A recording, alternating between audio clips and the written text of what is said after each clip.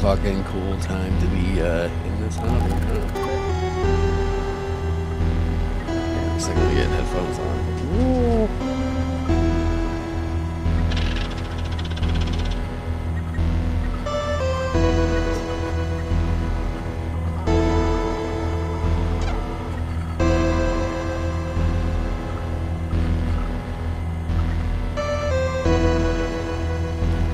Is there a link for this game?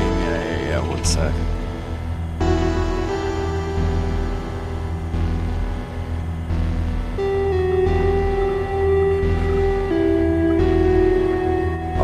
I'll post it in chat.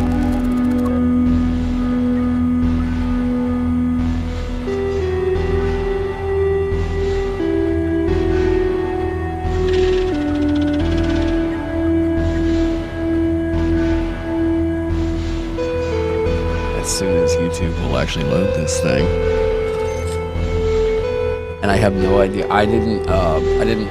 I just saw Ben Milton posted that this was a thing, and I immediately stopped the video to play it myself. I knew I had to stream it. I was like, dude, oh, this is too sick.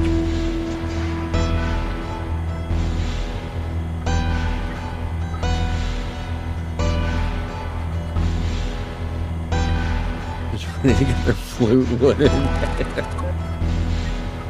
know we're gonna get like tongue butthole messages on here. Alright, here's the link.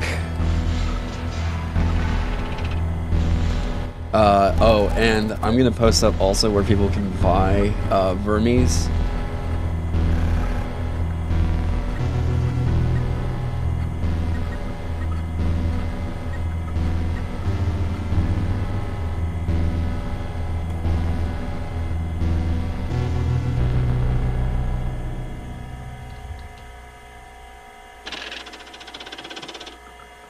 There we go.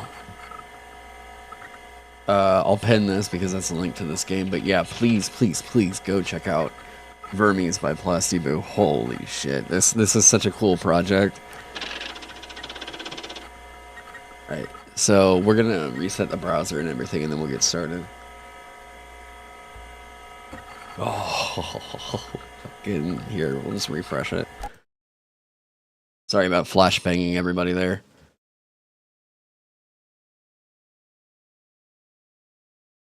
Oh.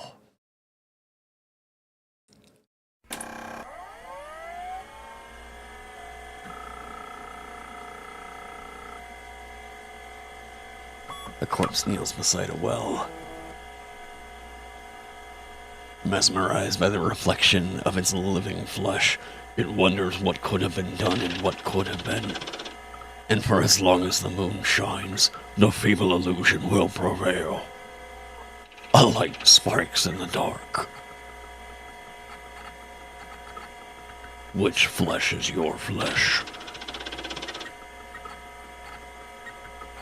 Vermis, lost dungeons and forbidden woods.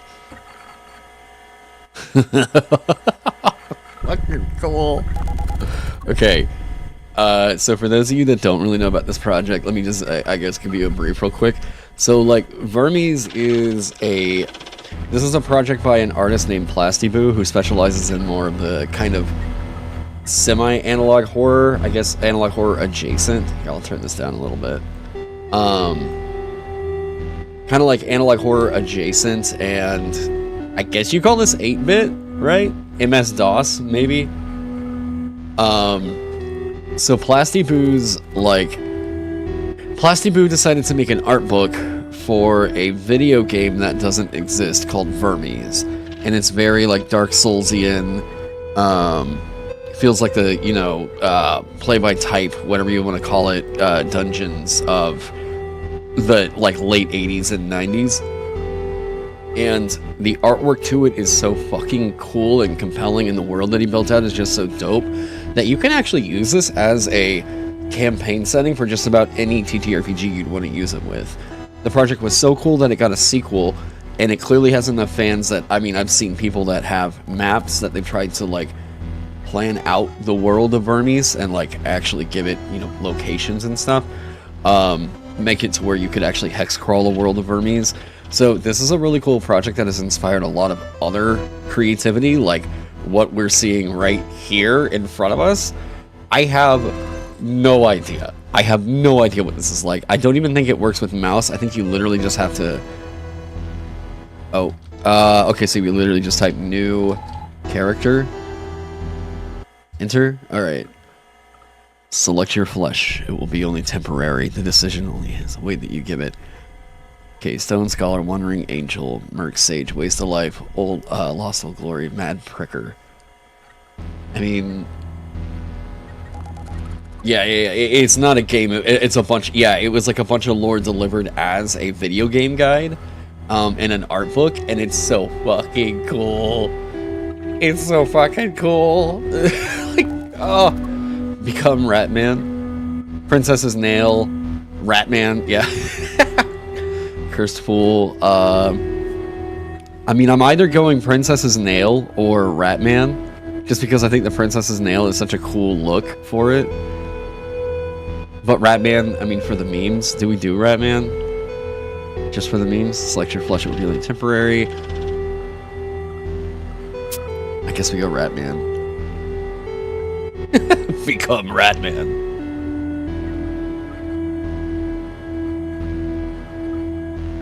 You wonder if having the book is handy for this game. I've got my copy over here.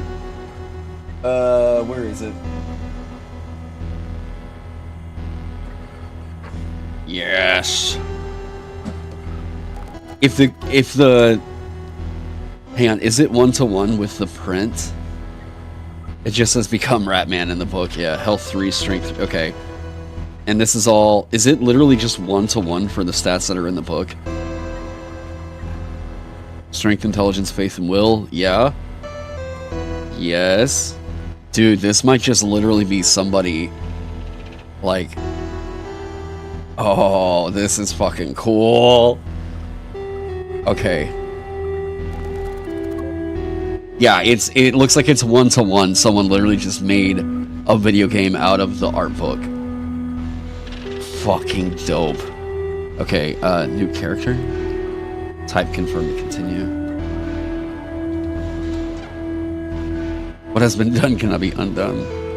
Undo it. You cannot undo that, right? Confirm. Okay.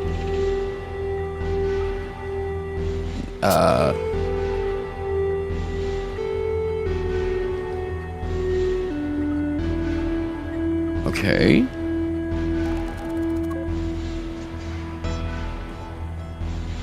Oh, wait. Confirm. Oh. Okay.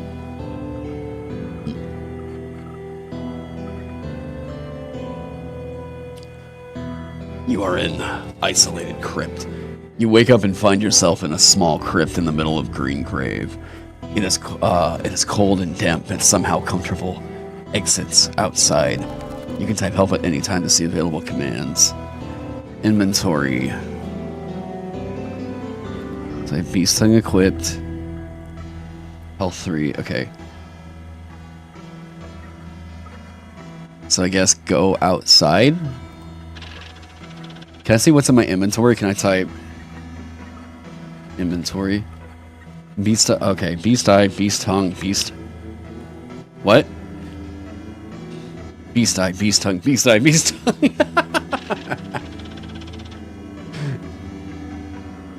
Become Ratman attack. She's a live my life, yeah. It's a nice philosophy, right?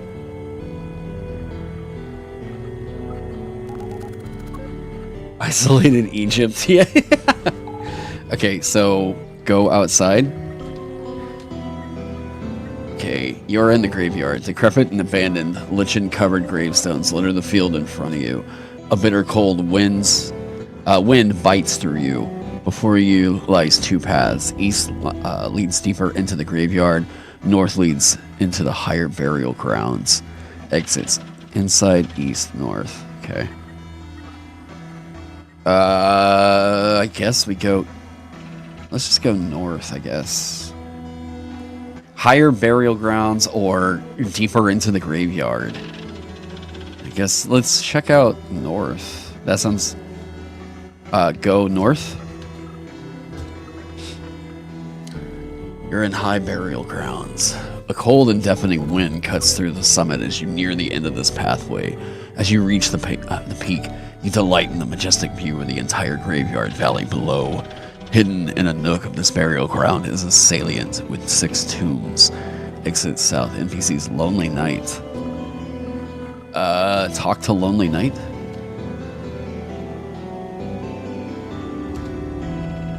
Too Lonely is not currently in this room. Oh, talk Lonely Knight? Right?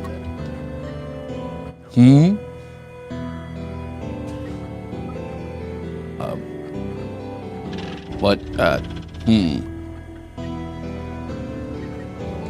What are you doing here?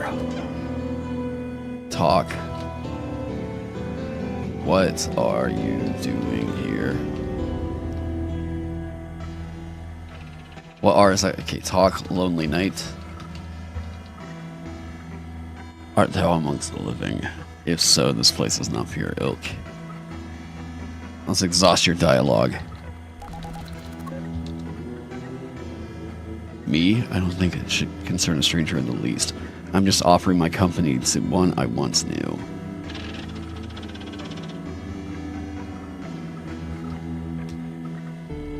Okay. Give me your stick. You don't have that. Oh, that's me typing give. Gotcha. Okay. Bite Lonely Knight. Can you bite? Unrecognized command. Attack. Attack Lonely Knight. Lonely Knight draws near. Actions. Attack, inspect, hawk, or run. Attack. Attack Lonely Knight. 2 damage. Lonely Knight missed. Attack Lonely Knight. 2 damage. He missed again? Wait, really? Did we get that club? Wow, he is horrific at this. Maybe I'm just getting incredibly lucky. What?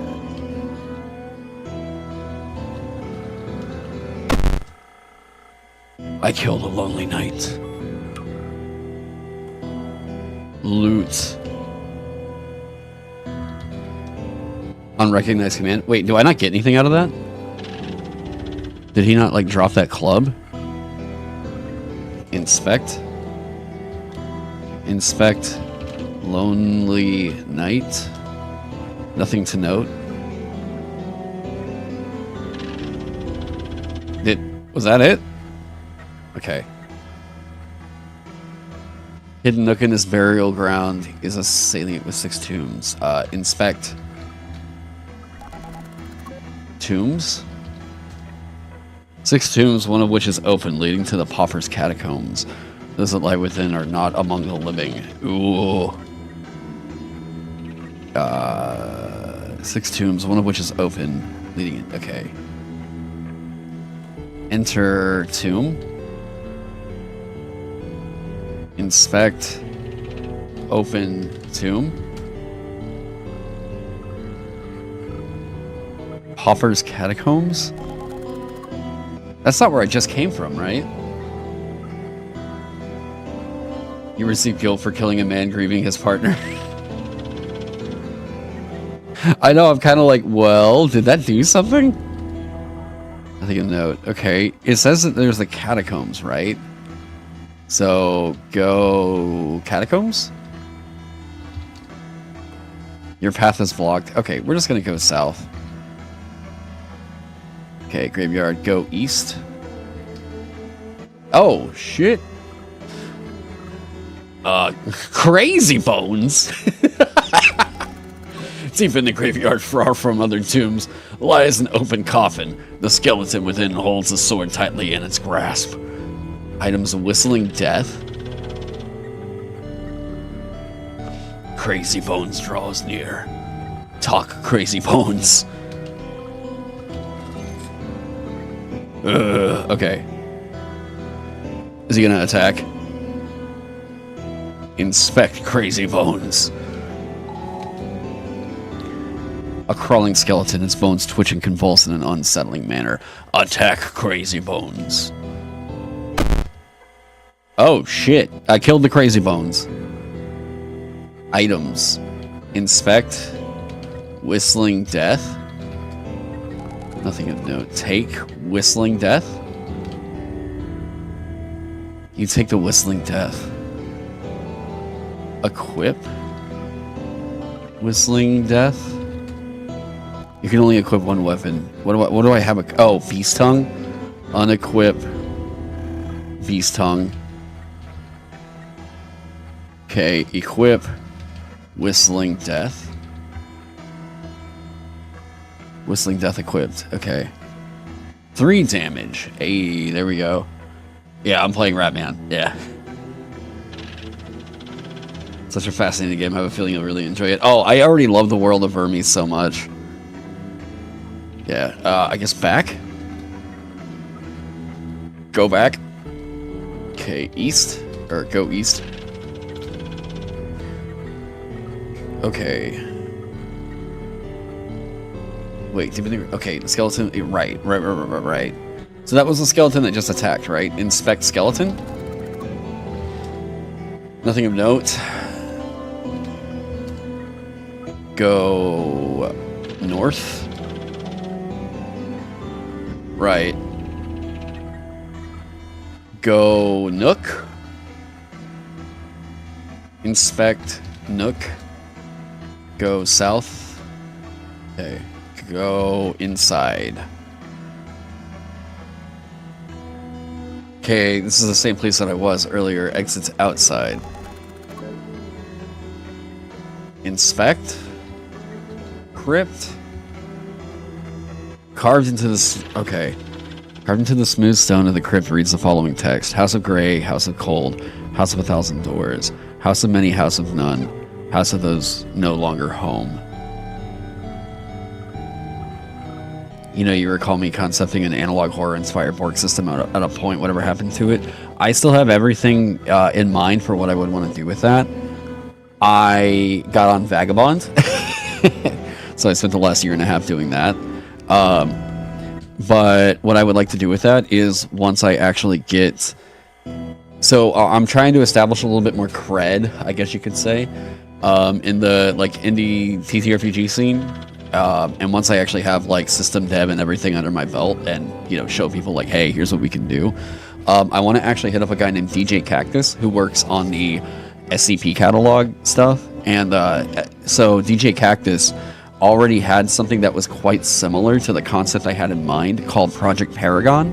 And I would like to just like work with him in some capacity about bringing that over. Yeah. Plus, I'd like to actually work with some analog horror artists on it, and that's going to take a budget. It's the kind of thing that I really have I have an idea as to what I would like it to be, but I want it to fucking pop off. Yeah. Yeah, DJ Cactus is like one of the best writers for the SCP catalog. So good. Okay, so I have Whistling Death. Go outside, maybe? Okay, so east, north, inside. Okay, let me see. Help. Go. Help. Inventory. Take. Drop. Use item. Equip item. Unequip. Talk character. Give item. Attack. Run while in combat. Okay. Inspect thing. Save and load. Let's do save. Since I feel like we're doing pretty good. Go east. This is to the skeleton. So... Take sword, maybe? Because it says... I have not found. Okay, so that was... This was the enemy that we fought earlier. So the only thing that we can do is go back. Inspect tomb. Inspect coffin. Go back. Go north. Okay, so there's a catacomb over here. Inspect. A cold and deafening wind cuts through the summit as you near the end of this pathway. As you reach the peak, you delight in the majestic view of the entire graveyard valley below. Hidden in the nook of this burial ground is a salient with 6 tombs. Inspect salient? I'll take a note. Inspect tomb.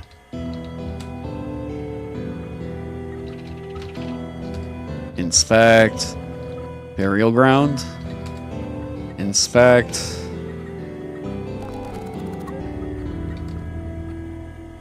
Go north. Your path is blocked. Go east. Go in.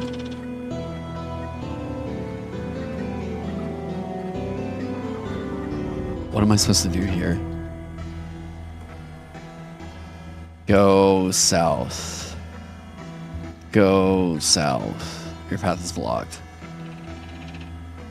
Am I forgetting something, chat? Go inside. Go inside. Your path is blocked. You wake up and find yourself in a small crypt. Okay, right. It's cold and damp, but somehow comfortable.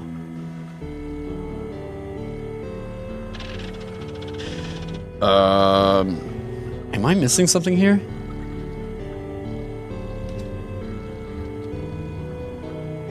Go east. Exits are back.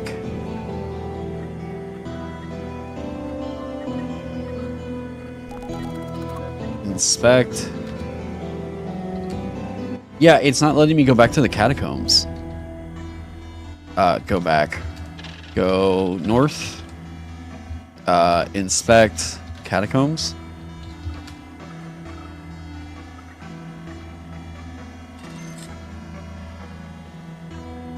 Inspect nook.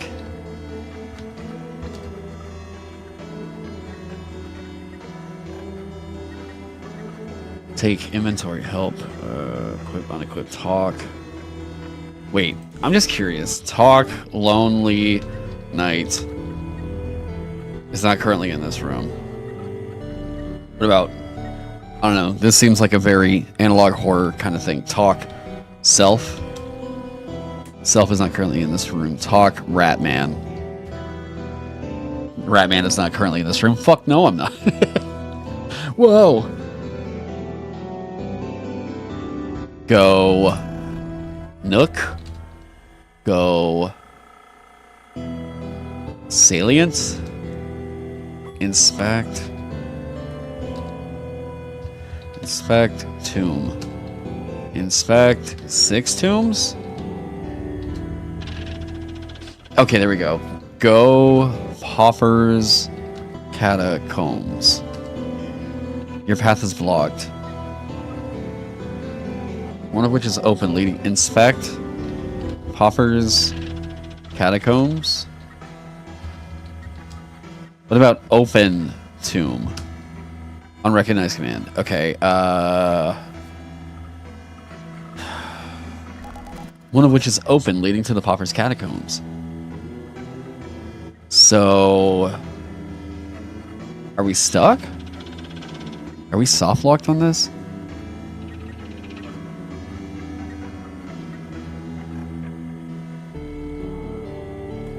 I don't know what to do, chat. What do we help? Talk, give. Enter open tomb?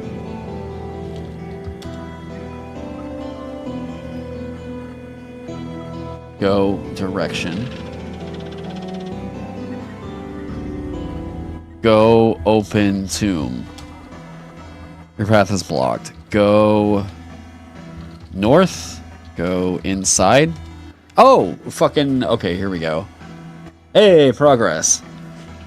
Pauper's Catacombs. A place filled with the corpses of those not remembered. Anonymous warriors, disgraced nobles, mere peasants. The walls overflow with bones. The pitch-dark corridors are leaking, and the air is dense with the heavy smell of rot. Left, right, and forward.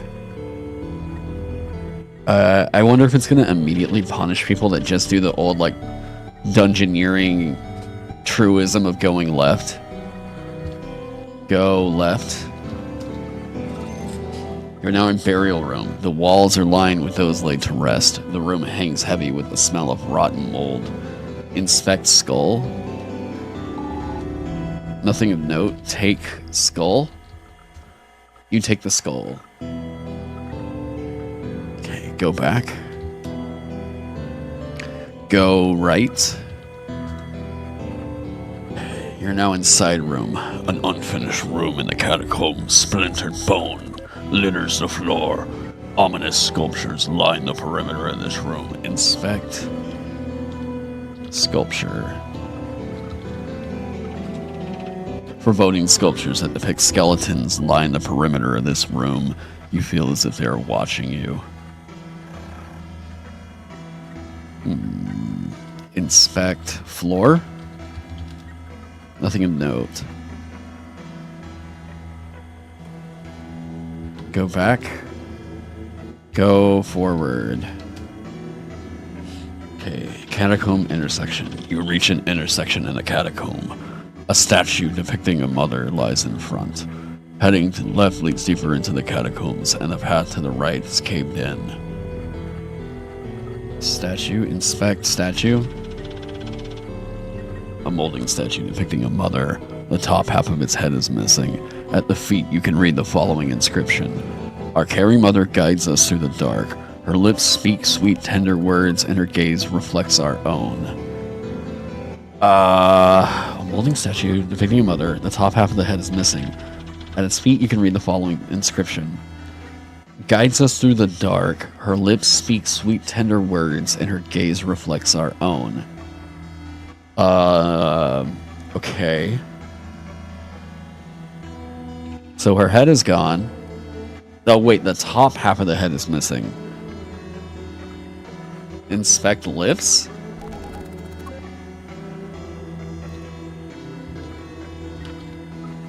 Inspect. Hang on.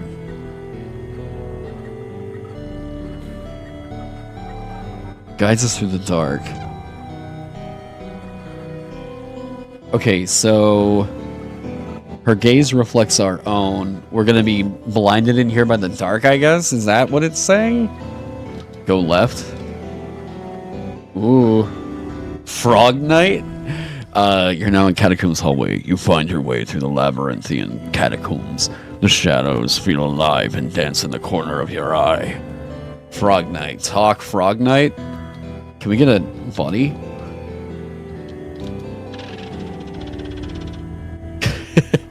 Stop this madness. Hawk Frog Knight. Still? Stop this madness. Inspect Frog Knight. Frog Knight is weak. Devour his failure. Shovering and muttering about the dead. His armor is dark green, ornate, polished, as if he had never faced any opponent before. But what probably stands out the most is his frog-shaped helmet, which he clings to in fear.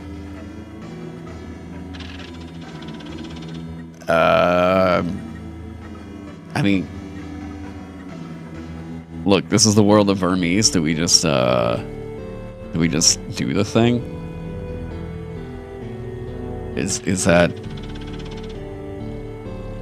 Do we attack the Frog Knight? I feel very bad. Let me see.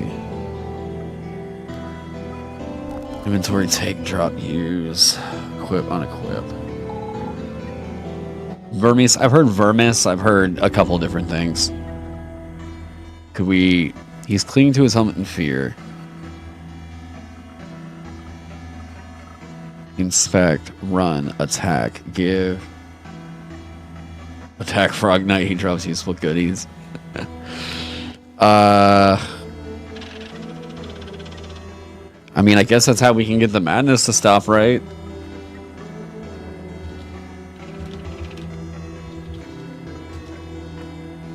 Frog Knight draws near. Attack Frog Knight. We kill Frog Knight. Armor 1,000 eyes. Take armor 1,000 eyes. Wait, inspect. Armor. What? We can do take, right? Wait, use take item.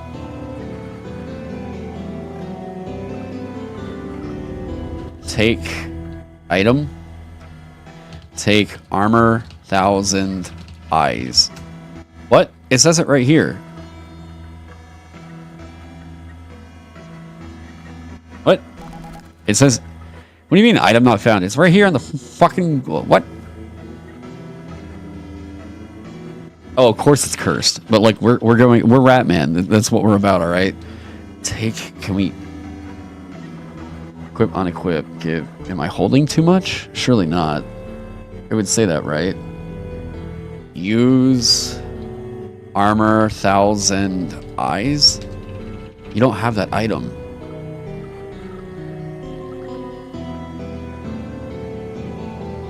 It says...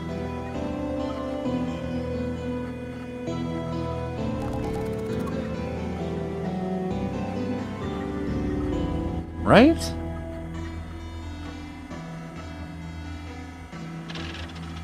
Inspect. Armor 1,000 eyes. Nothing of note. Inspect catacomb. Or inspect hallway. Nothing of note. Loot Frog Knight. Unrecognized command. Inspect Frog Knight. Nothing of note. Dude, if he dropped like dope ass armor, like okay. Wait, what if we do go back? Go left. Items, armor 1,000 eyes. Okay, so it's right there. Take armor 1,000 eyes. Item not found.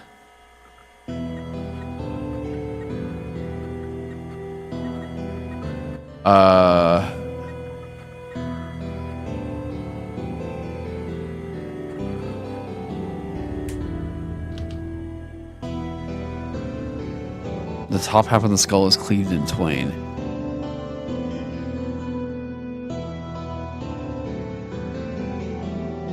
I guess go forward?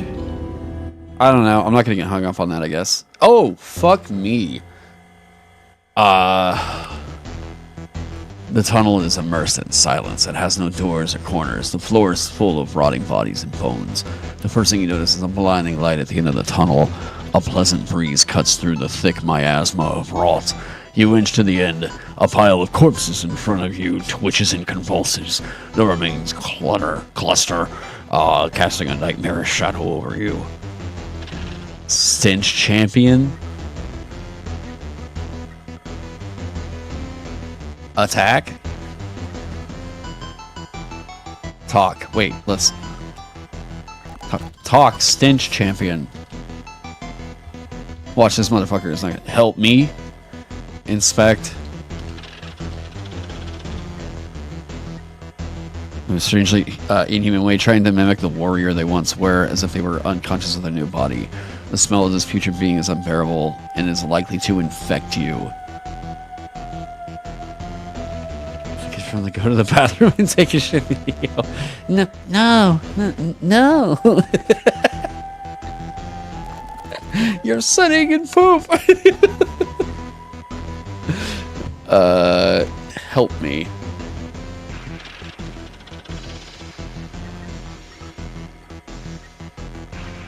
Help me. Okay, so I can inspect, talk, run, attack. I guess we attack. Attack, stench champion. 3 damage. 1 damage. I've been inflicted with infection. Attack. Stench. Champion. Okay, so I have an infection. What's that gonna do? Inventory. Beast tongue. Inspect beast eye?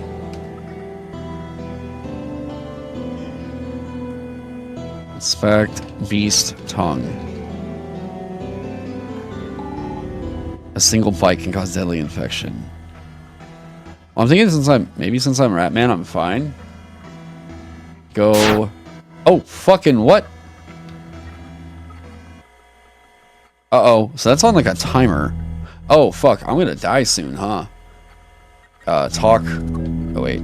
The stone bricks on the ground before you sink into the pearly waters of the swamp as you exit the catacombs. In front of you, you can only distinguish a flat landscape covered in cloudy waters and weeping willows, all enveloped in a thick veil of mist. The calm is most haunting. Talk. Drowsy. Night?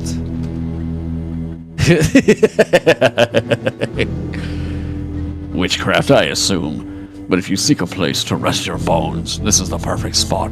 Close enough to enjoy the scenery without falling into its trap. Ah, fucking shit.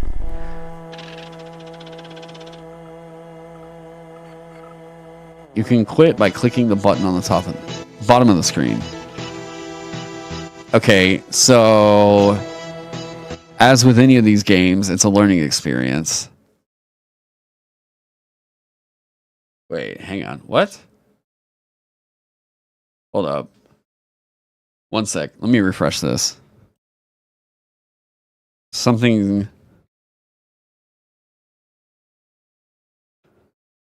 The whole thing froze.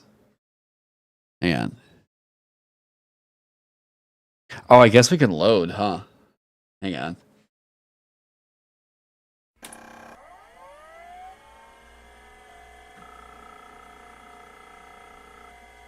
We can load from where we were, right?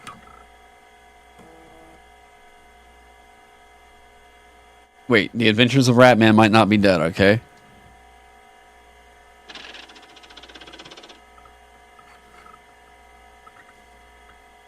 We might be cool.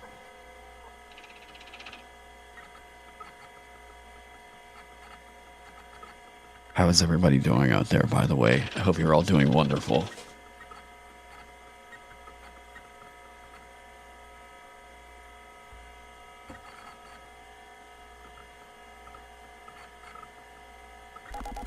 Okay, load.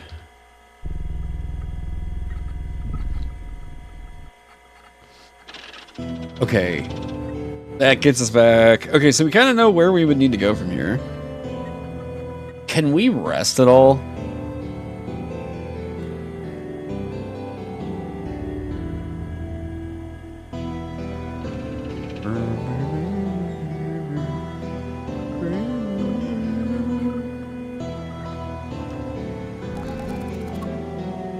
Checking something out real quick. Okay.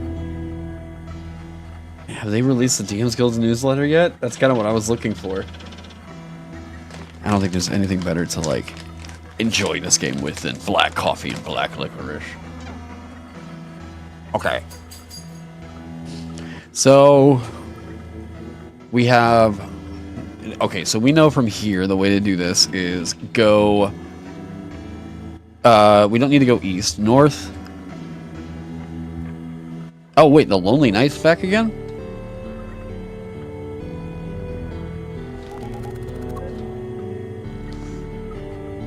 We didn't get anything from killing this guy. Okay.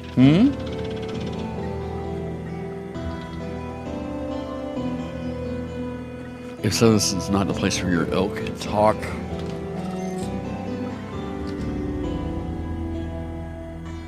Me, I don't think I should concern a stranger in the least. I'm just offering my company to one I once knew.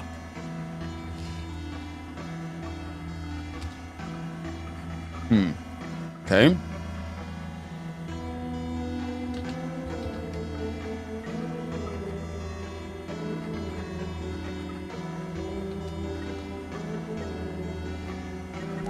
There we go.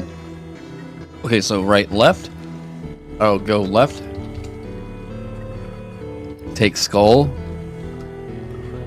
Go back. Go forward. Intersection the statue, right. The statue had the head missing, or the part of the head missing. Go left. Frog Knight. Talk Frog Knight. Stop this madness. Give skull. No one wants that item here. Talk Frog Knight. Stop this madness. Is our only option to attack him? Attack Frog Knight. Wait, inspect Frog Knight? Huddled in the corner, shivering and muttering about the dead, his armor is dark green, ornate, polished, as if he had never faced an opponent before. But what probably stands out about his frog-shaped helmet with which he clings in fear. Talk Frog Knight. Stop this madness. Attack. Attack Frog Knight. Bam. Kill Frog Knight.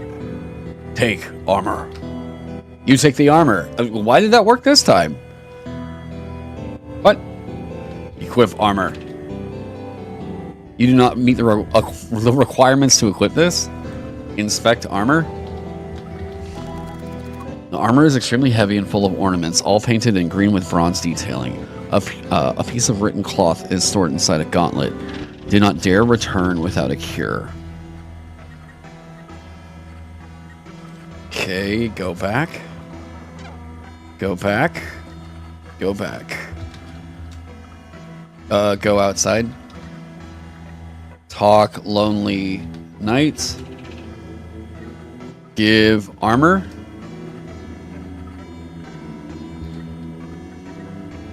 Okay, go forward.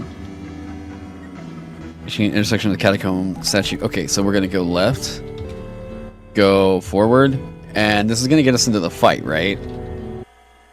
Okay, so we attack this guy. And then basically if we take a hit, we just have to like beeline it somewhere where we think we might be able to get cured with something. Okay. Hey. Hey, no infection. Save that. Go outside. You are now in the Silver Swamp outskirts. The stone bricks on the ground before you sink into the pearly waters of the swamp as you exit the catacombs. In front of you, you can only distinguish a flat landscape covered in cloudy waters and weeping willows, all enveloped in a thick veil of mist. The calm is most haunting. Drowsy night. So talk. Drowsy night. Okay, you're in some... Okay, witchcraft, I assume. But if you seek a place to rest your bones, this is the perfect spot. Close enough to enjoy the scenery without falling into its trap. Rest. Okay.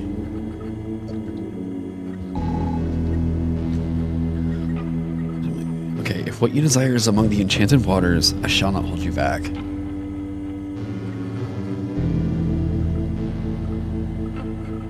Okay. I don't want to just like kill the drowsy night. Go forward. Oh, the Silver Swamp. You cross the veil. The atmosphere is filled with a violent silence. A violent silence that ceases only when your feet step into the water. Your eyelids are getting heavier and your body tires. The swamp is a land of illusions and apparitions. The ghosts of those who never came back are now damned to wander its silver waters eternally. So, there's dead people out there? Exits back. The ghosts of those who never came back now damned to wander its silver waters eternally.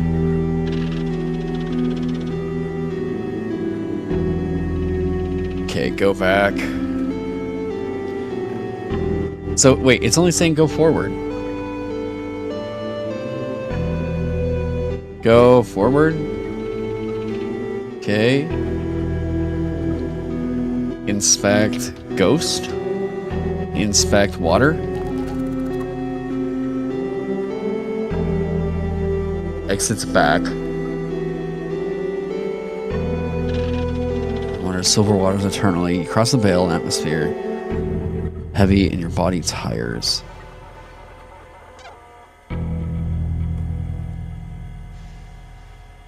Okay, inspect swamp.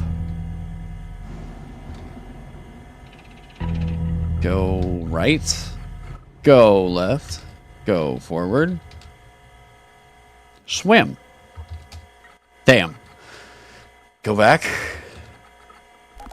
Talk drowsy nights.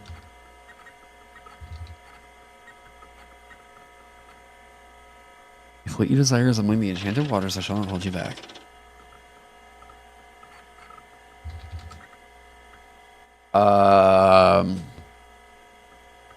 Do we what?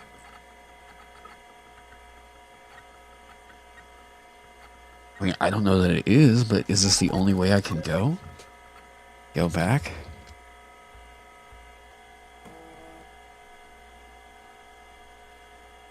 Go back. Go right? Because, wait, there was a... Oh, wait, go back. Go right. No, that path is blocked. Okay, so go back. Go back. Go back. Oh, wait. Go outside. Talk lonely nights. Okay, talk.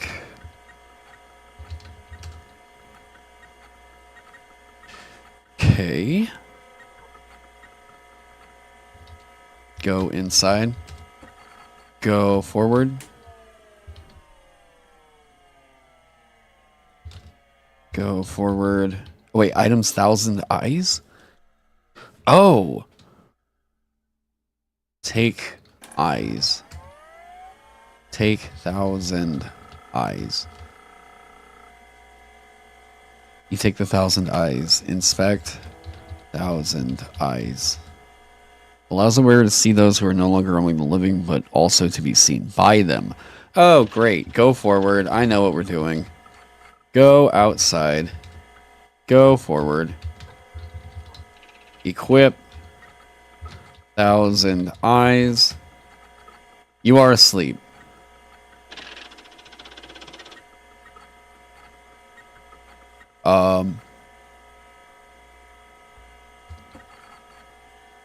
Wake up. You are asleep.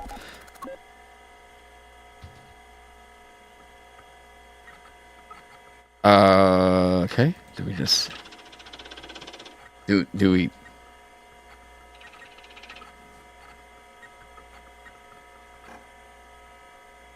for how long?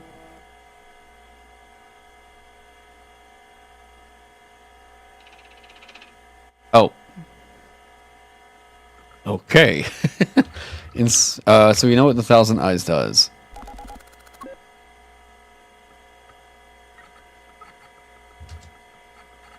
You cannot equip that.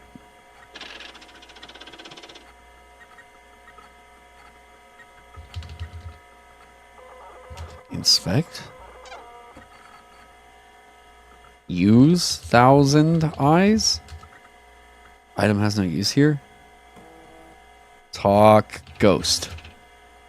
Ghost is not currently in this room. Can we click on this to see like a tooltip?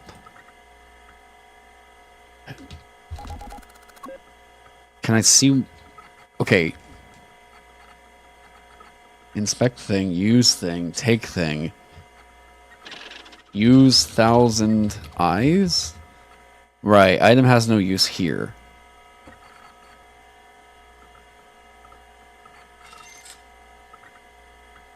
Unequip 1,000 eyes?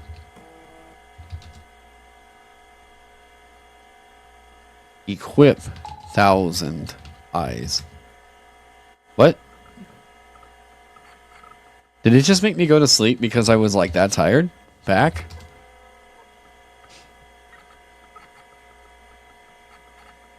Huh. Uh-huh.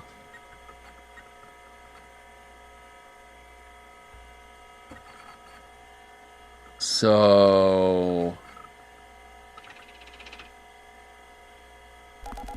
Drowsy Night.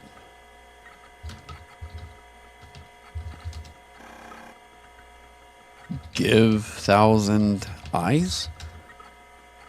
Oh, okay.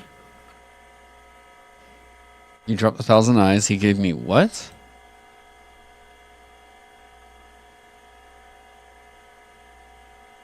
Wait, what the fuck are these? What did he give me?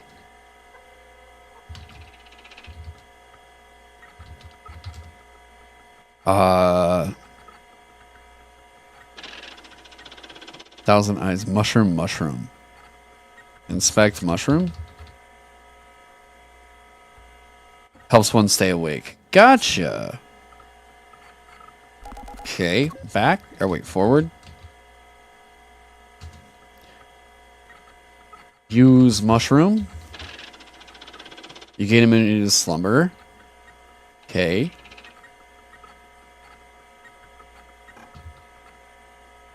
Go water. Inspect water.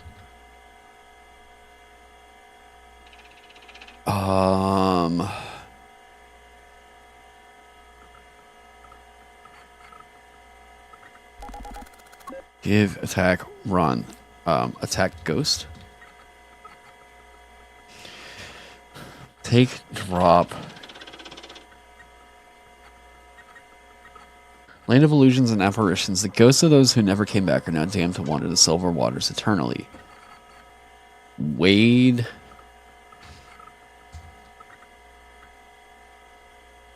Give, talk. Talk swamp. Inspect swamp.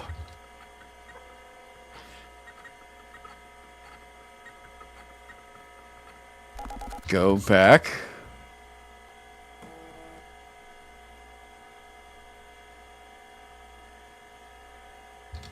I'm looking for items that I might have missed.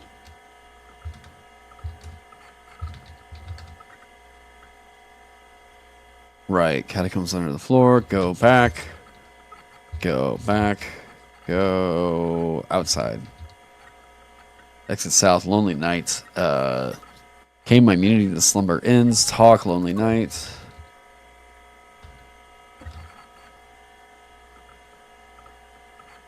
Give skull. Give armor. Okay. Go south. Go east. Oh, wait, what? I thought I killed you already. Crazy bones. Holds a sword tightly in its grasp. Attack. Crazy bones. I killed the crazy bones. Whistling. Wait, can I get another one?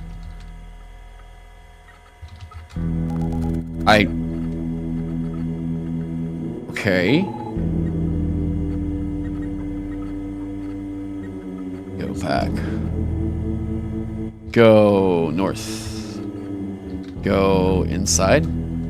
Go forward. Go forward. Oh, go left.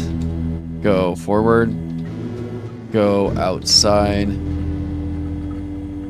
Go talk night.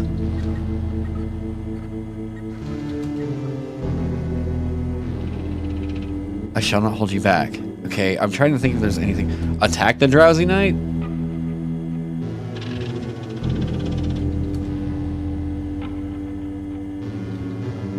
I mean, I feel like I'm out of options.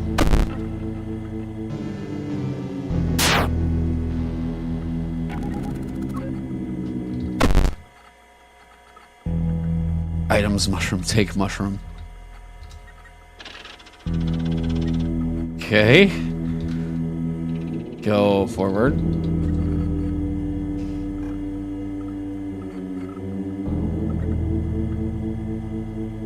Heavier in your body tires. So use mushroom. Okay. I want to see.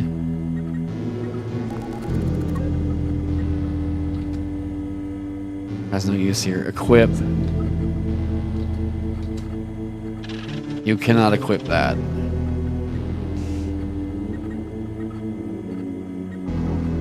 Give 1,000 eyes. No one wants that item here.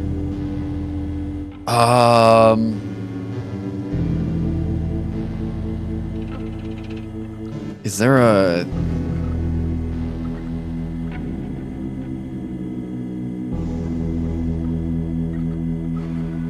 drop skull? Okay, take skull. Inspect skull. Oh, we have... Alright, so it is an independent game, okay? It looks like the armor is duplicated somehow.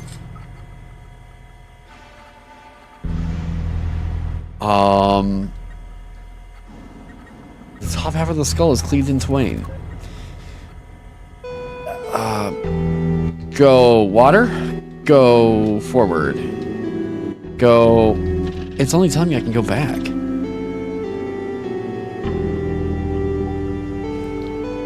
Okay, well, I just wasted another mushroom.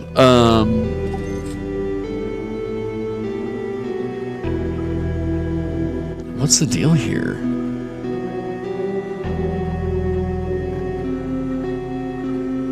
Look, we'll save for now.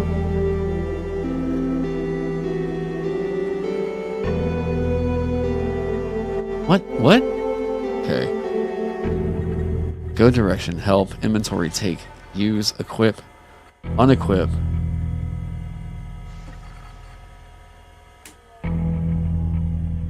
I am very, very confused.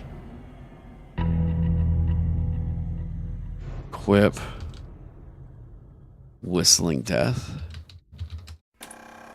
You can only equip one weapon. Right. So what if we do this? Hang on. Unequip. Armor, maybe? Unequip. Whistling death. Nothing to unequip. What? But it just unequipped it, didn't it?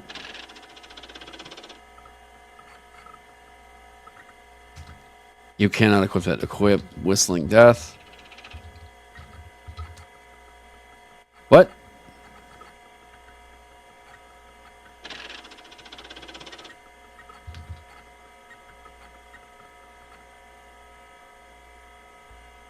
What?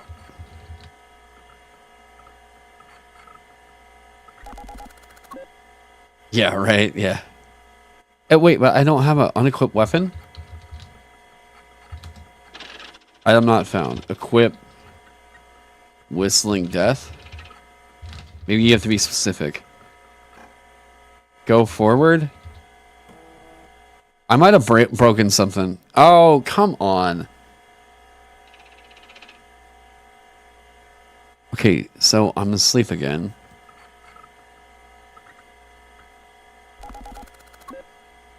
Do we just have to wait?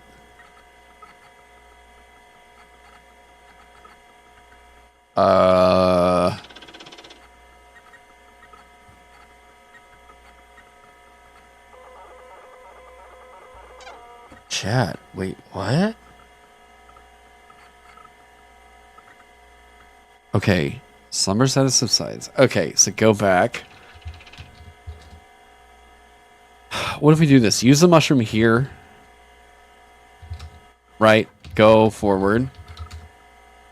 Nothing changes. Okay, go forward.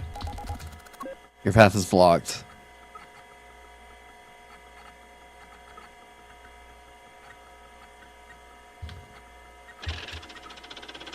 Inspect atmosphere.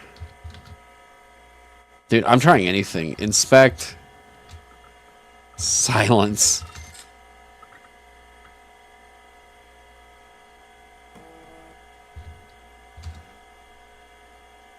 Oh, yeah, we got some problems happening.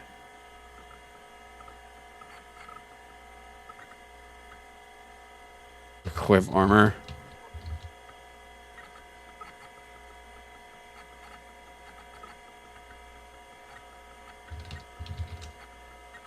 Okay, yeah, it's having trouble keeping track of, like, what I have in my inventory, and it's duplicating something. Because, like, now we have 2 of the skull, 2 of the armor sets. We still have the whistle, or the 1,000 eyes, despite the fact that we gave it to that guy back there. We still have a mushroom, despite the fact that we just ate one. And we keep duplicating the beast eye and beast tongues.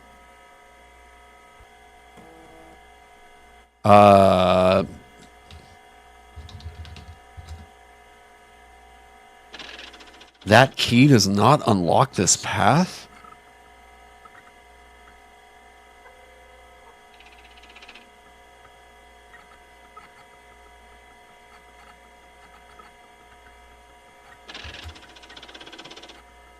What? That key does not unlock this path.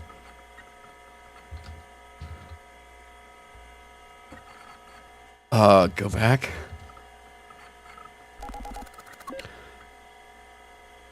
Inspect statue. Use beast eye.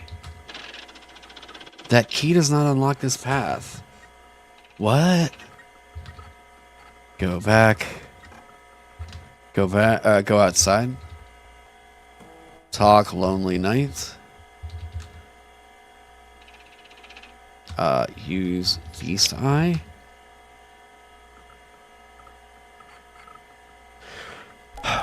Me, I don't think I should concern a stranger in the least. I'm just offering my company to one I once knew.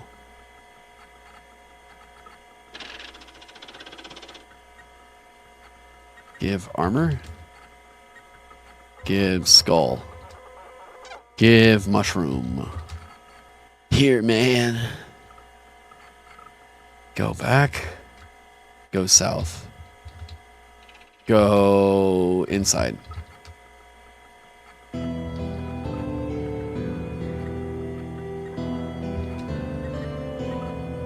House of Grey, House of Cold, House of a Thousand Doors, House of Many, House of None, House of Those No Longer Home.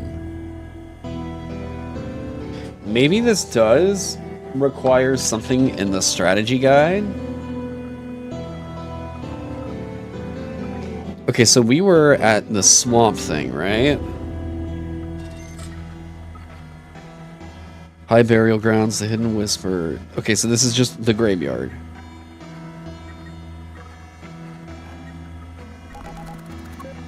Okay, we ran into the crazy bones. Lonely Knight was there. So the Lonely Knight is a monster in the strategy guide.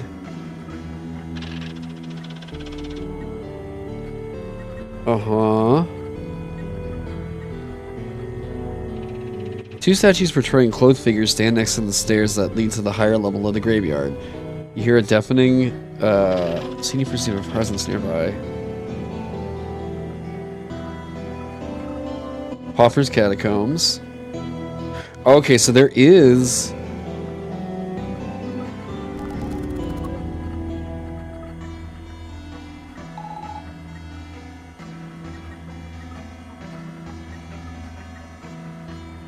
Okay, the mourning, the longing, the someone that no longer... Okay, deep and painful and open wound. The Lonely Knight was defeated long ago. His path has been crooked since the day he lost his other half. Despite the imposing appearance, he is totally harmless, and he will not defend himself from any attack. Okay. So it looks like he is... Okay, Casket's back door leads into the catacombs.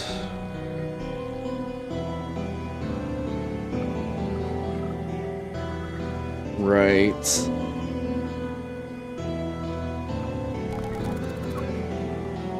Aha! You should most likely have Vermis to play this. Go outside. Go north. Go inside. Go north. Go forward. This is why you should probably have it. Inspect statue. Yeah, use skull. Unlock the hidden chambers. Go inside. Go hidden chambers. Inspect hidden chambers. Okay,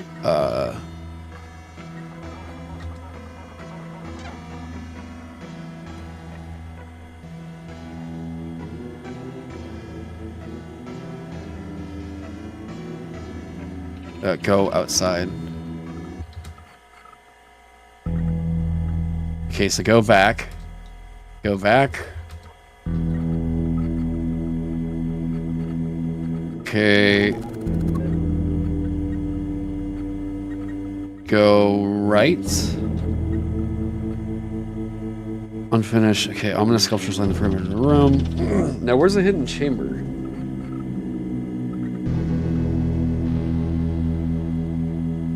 Uh-huh.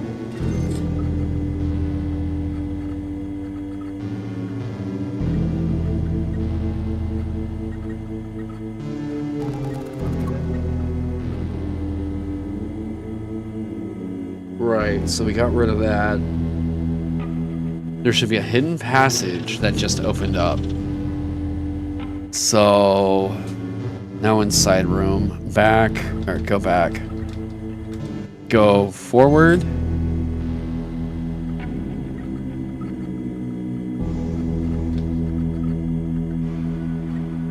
Use skull again to unlock the hidden chambers. Okay.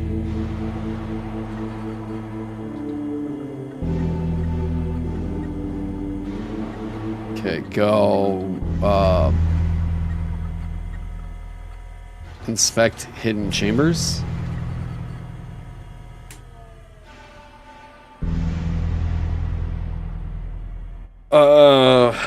Okay.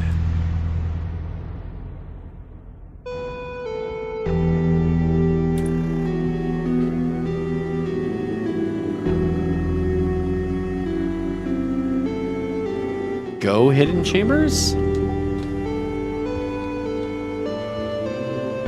Your path is blocked. Go right. Go forward. Okay. You're in hidden chambers. A chamber beyond. Okay, hidden behind the statue of the mother. Roots hang from the earthen ceiling above. A battle axe embedded in a skeleton's chest lies within. Fucking take that battle axe. You think equip battle axe? You cannot equip that? Unequip weapon? Unequip everything? Equip battle axe. Equip battle axe! God damn it. Equip whistling death. So I have that. I don't know what's going on. Okay, so with the battle axe, though, those who encounter the gruesome weapon might wonder how bones could adopt such peculiar shapes. The tales of this unusual relic. This is actually me reading from Vermis right now. Minute to them merging their flesh and bones to become one with the weapon. There are only 2 of these items in the world. I guess I do need more strength for the battle axe, maybe. I have Misted Mirrors coming in yet. Coming in soon. It says to beware the statues.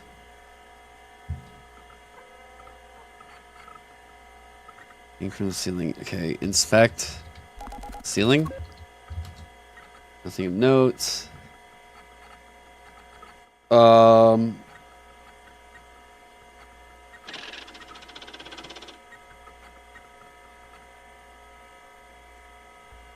Okay, so I can't equip this. Oh yeah, because he went with like a really weird yeah. So Ring of 1,000 Eyes. Labyrinth in the hallways all look similar, covered in bones and impregnated with the smell of death. The corner is a threat. Okay. Or can I look? Come back to this point a few hours later, you will discover that the frightened knight is now dead, and the same corner you initially found him, only this time he's completely still. The knight wasn't ready to face the horrors of the darkness and unknown.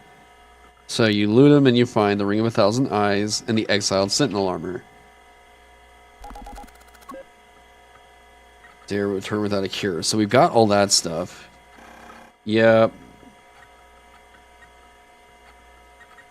So we beat the Stench champion. We went outside.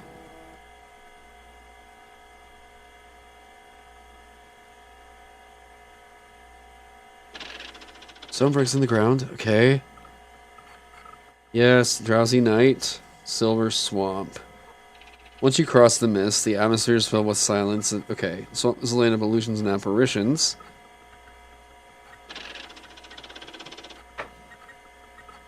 Phantom Parade.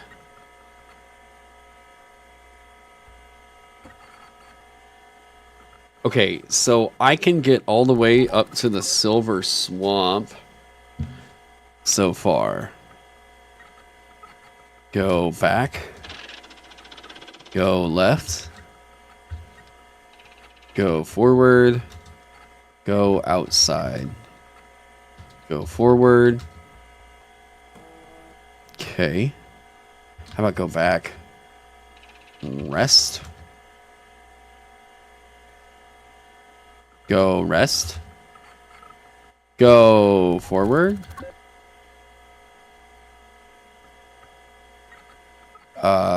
Okay, so it says, at least according to the book,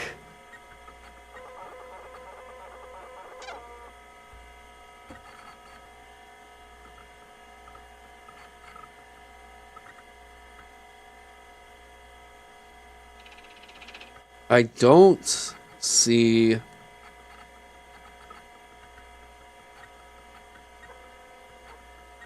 So it says Silver Swamp, but it doesn't tell me where I can go.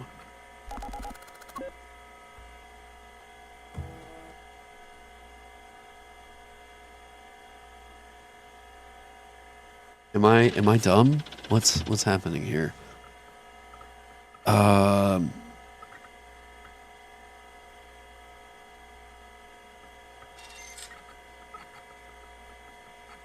Go inside.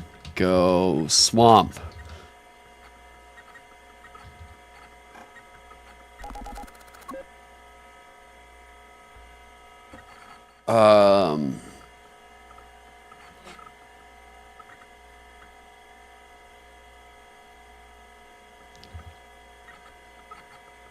You run away cowardly.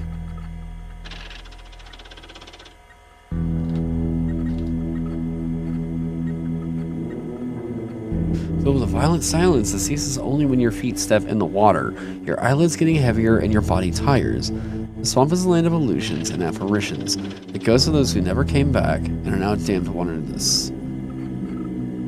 Okay.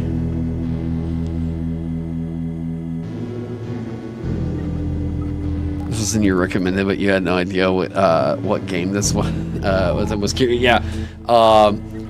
Yeah, this is somebody. So there's an artist named Plastivoo who wrote a strategy guide for a game that doesn't exist called Vermis, and somebody took the strategy guide and made a game. So we're checking this out.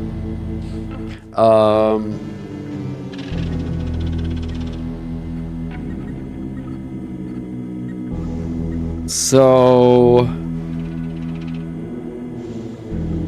I don't see what we can do from here.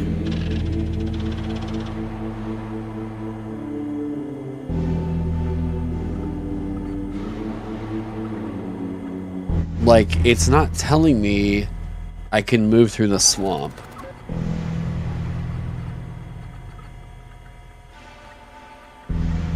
And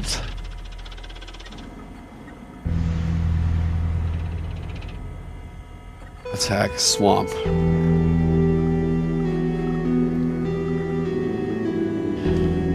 Attack illusion.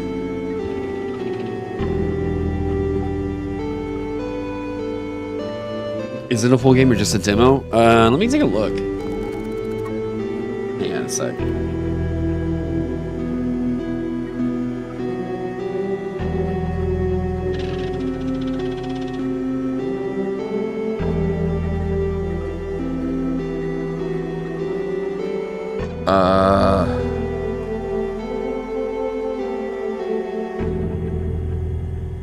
I'm taking a look to see.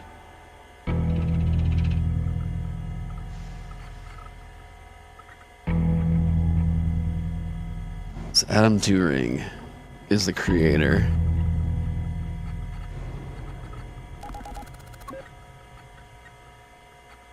Yeah, I'm gonna see what Ben says. How far did Ben get?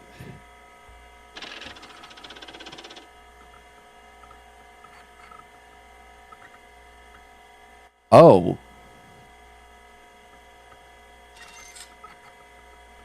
Oh, Ben died to the stench champion.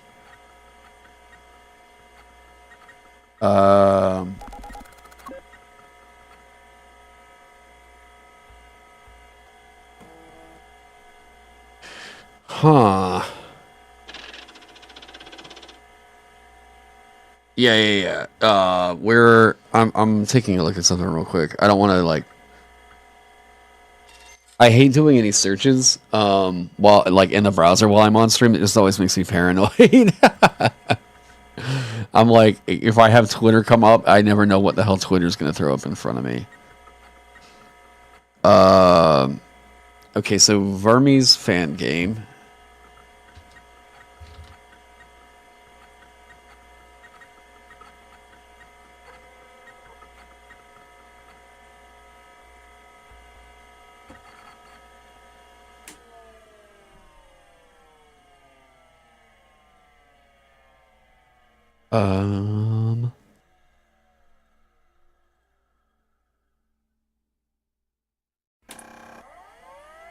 Yeah, sorry, I'm taking a look chat to see if anybody has some input on that. Is that it?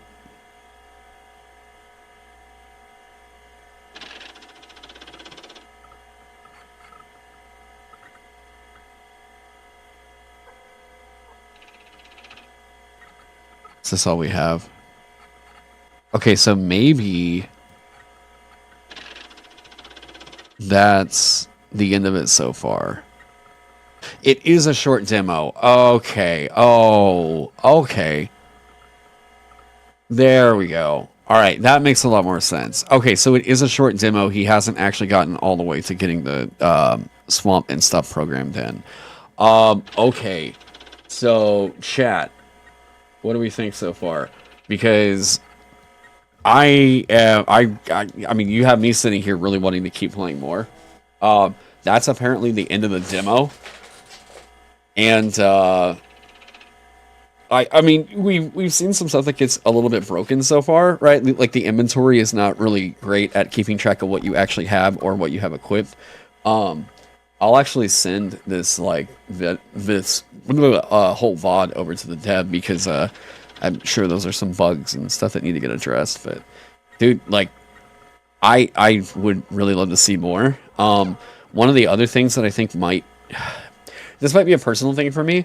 A lot of the stuff that I really like about like Vermis is it's not exactly DOS, right? Like the book itself isn't a DOS looking book. I think that it looks more 8-bit, right? I mean, we still have different hues, you know, shades of colors and everything. There's a bit more detail, and I think that with like this MS-DOS kind of an aesthetic, a lot of that detail gets a little bit lost, and I think it's actually slightly less haunting in the MS-DOS kind of look. Especially whenever there's icons like this that I'm like, oh, this is armor, I guess? Like, I can tell that's a battle axe. Now that I know these are mushrooms, I know what that looks like. I guess this is a skull. I have a hard time parsing out what this blob is right here. Of course, that's a sword, right? But yeah, I would love to see this actually a little bit more like... maybe more color to it would actually kind of enhance the experience. I don't know that MS-DOS is really the way to go with it, but yeah. Inventory is a little bit rough. Without any knowledge of the game, I can't tell what half the things in your inventory are. Yeah. I would love to see this continue on. I've thought multiple times about using Vermis to, like, you know, make a TTRPG campaign around. Um, oh, this is I'm excited to see what he winds up making happen with this. Like, that's cool for a demo, man. Like, really fucking cool to see. And what a weird, like, time we live in that somebody made an art book for a game that doesn't exist. And somebody made it into a game. This is so fucking cool. I've got everything pinned up in the chat. So, like, if you wanted to go check it out, there you go. God damn, that is kind of fucking sick. We'll transition it into doing some other stuff too. I don't want to just like kind of end it on that. I was gonna take a look at something real quick.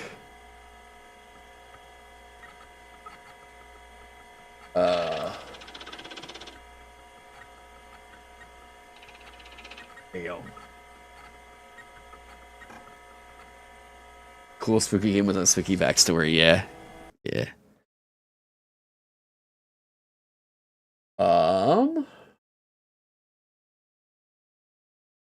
Here.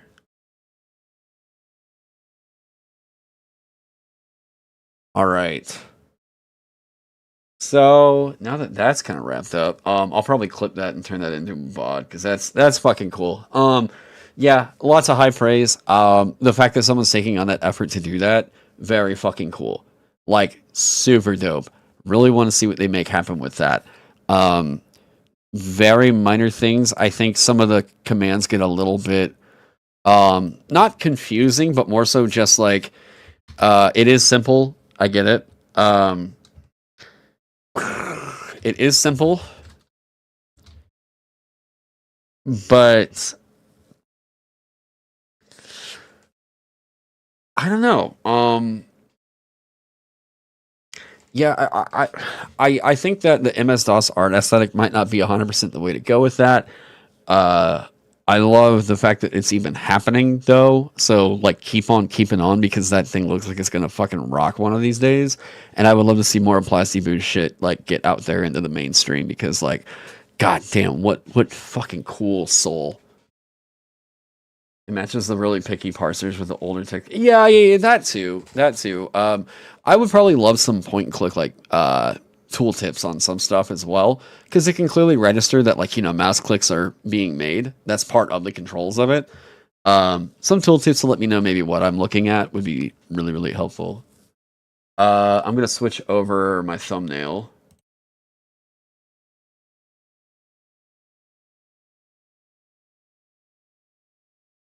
All right.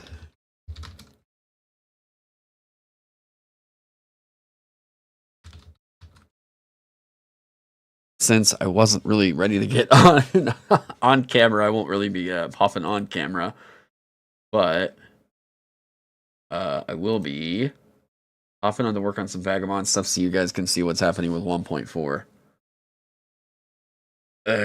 And putting some music on.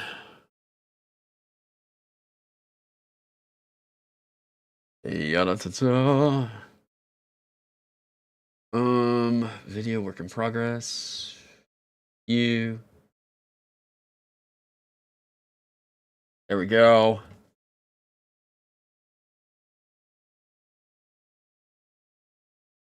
Yes, let's find some music.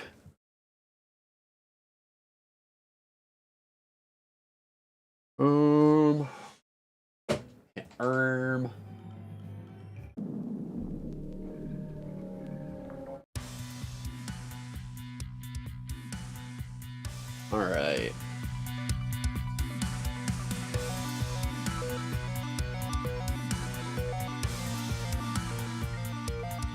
How far along is that game?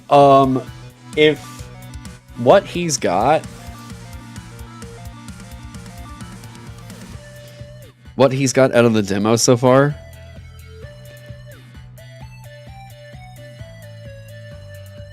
taking a look.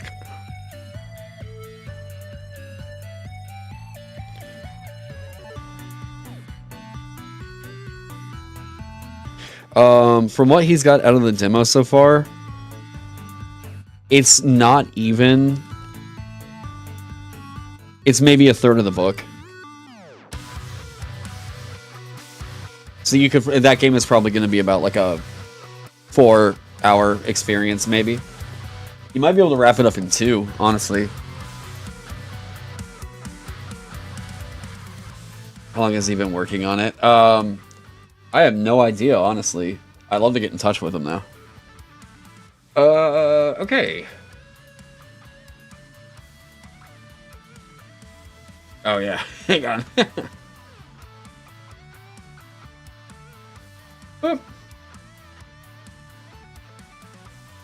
Oh yeah, it seems like this has already done the damage that we are, done the damage that we were hoping it would do. So we can probably pull this off right here.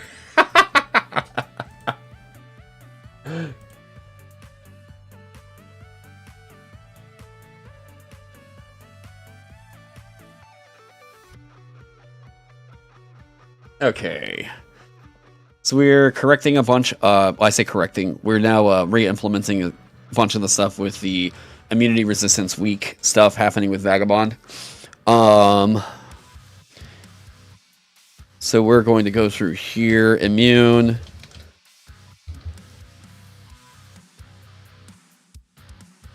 Weak, cold, or blunt, cold.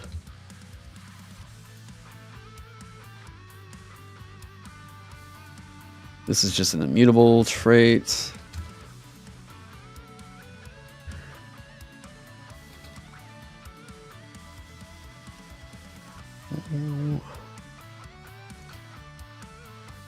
Poison. What was this? Piercing and slashing.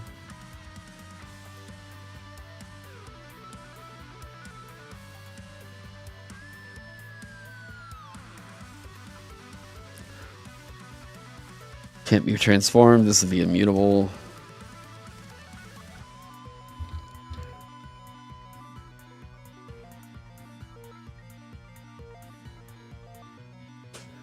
Psychic should be weird, no?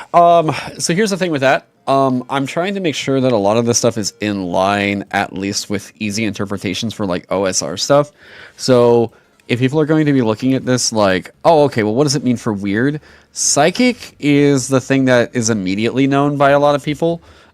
Weird requires some interpretation.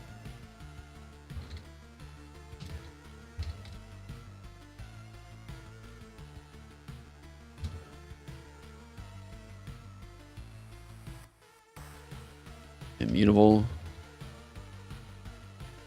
So I think we'll just try to aim for what's the real quick read. Aha, that makes sense, right? Immune, poison, psychic.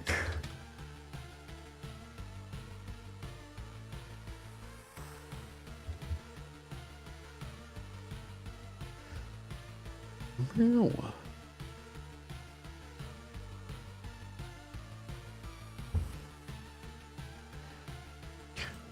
Weak, fire, immune. There's so much stuff that's just immune to poison damage. We're gonna have to figure out something that makes poison worth it.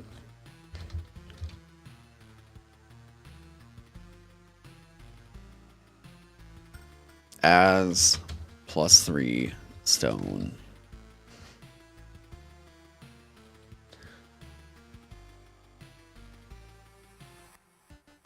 Yeah, you found Psychic to be a hard one to pin down a damage type to it. Wasn't sure to make Psychic magic or not magic type. Yeah. It all depends on really how far into Pokemon you want to go with it, honestly. I get that a lot of people love mixing and matching the damage types, and that feels like a fun combo thing. But more often than not, what it's resulting in with TTRPGs is just sort of like pinning things down to too much specifics. And if you leave it more open to interpretation like this, then it allows people to like bring in material and adapt it easier for the thing. Immune, poison, or fire, poison, psychic.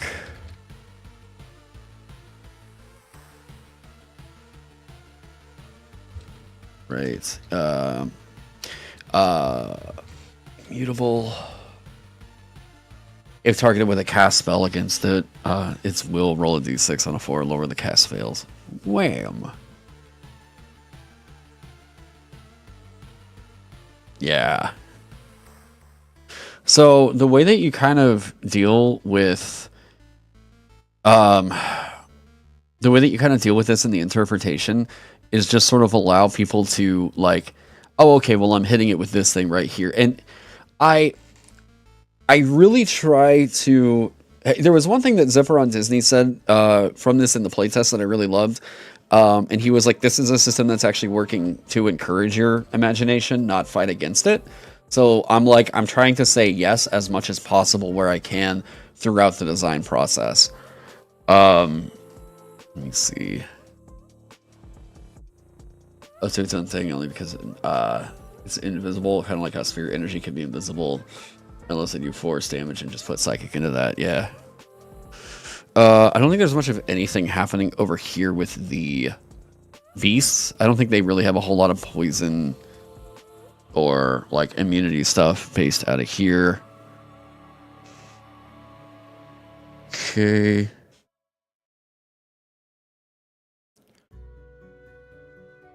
I need to also remember we're getting rid of the like venom and poison traits and putting those into the attacks. So that's what I'm looking out for.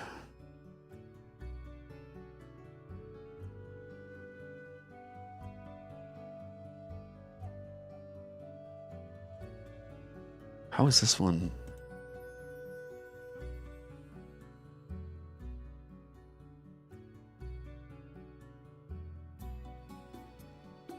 Claw and grappled if it...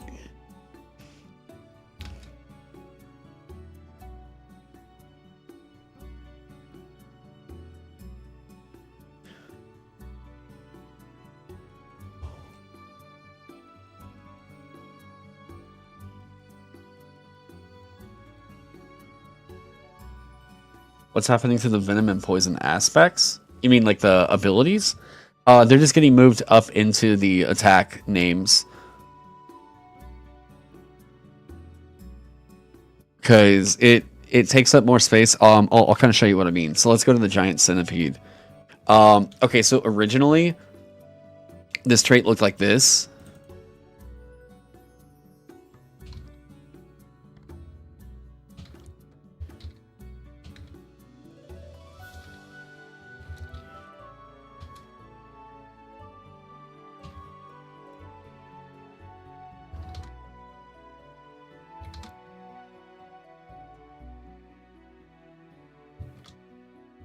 Actually hear it.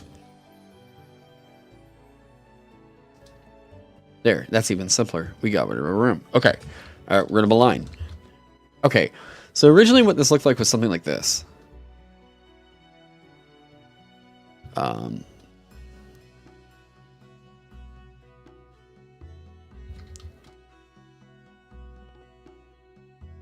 Right? So now we have an additional line that's added in here, and the thing I don't like about this is that centipede venom is listed as an ability, and that looks like that's something that this creature is subjected to. I don't like the way that this reads right here. This is actually a qualm that I have with some of the OSR material.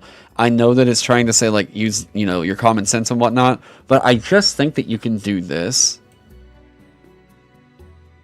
And it's even simpler.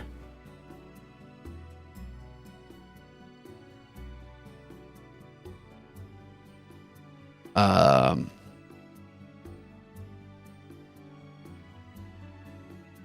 guess we'll just say it's as leather. I don't know, sure.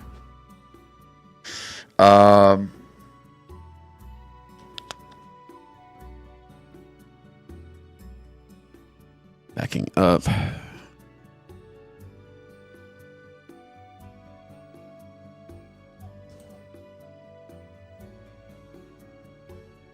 Maybe negative 11, maybe? Negative 12? Negative 13? Negative 14? Negative 15? Oh my god, really? We gotta go all the way, like, let's do 17? Oh, shit. Yeah.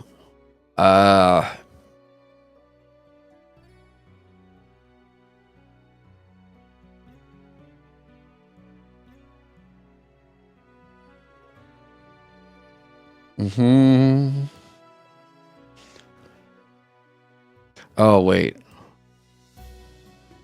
And shoved prone if the target is larger or smaller.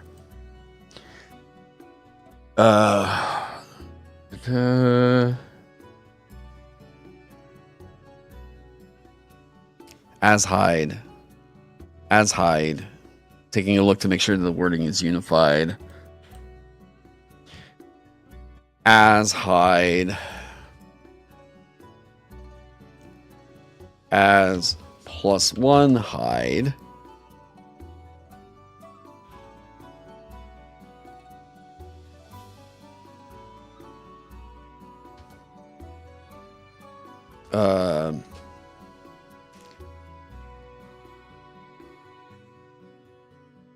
Hey, what up, Craig?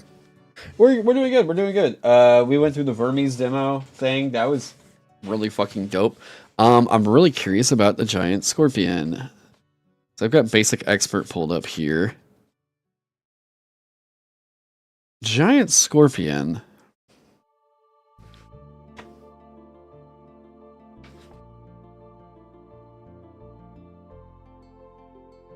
I don't see...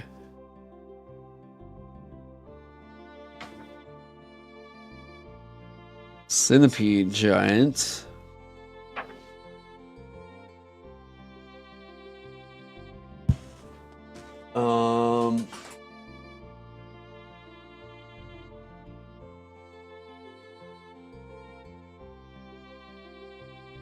Treasure, wandering monsters, wilderness encounters. Hydra.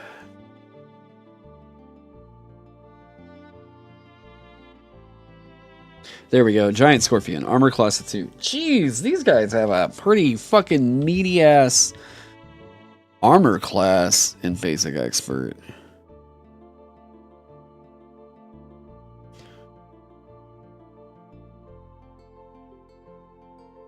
Four.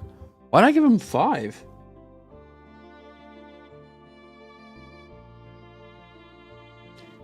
Okay, so it's 18 health.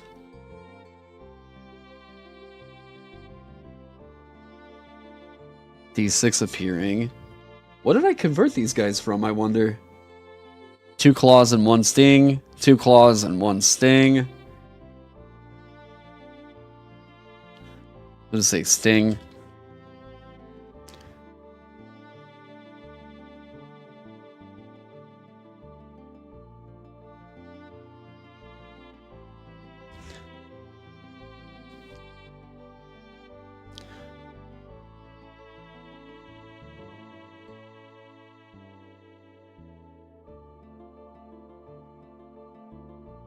D10, D10.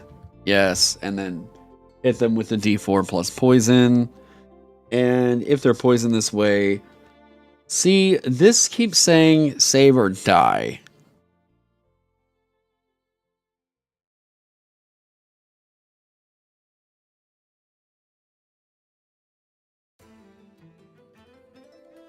And instead...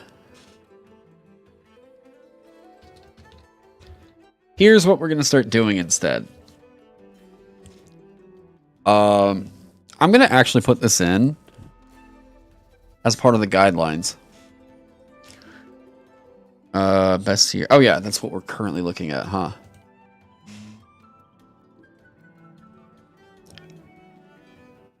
So one of the guidelines here at the very end.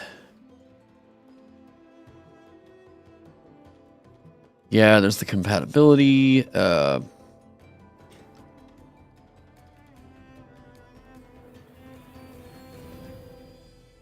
This is going to be a general rule. How about this? We're going to say, what's the right term for this? Is it a conversion thing?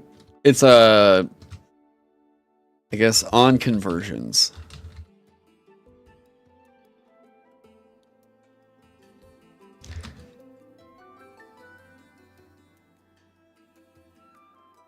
Okay.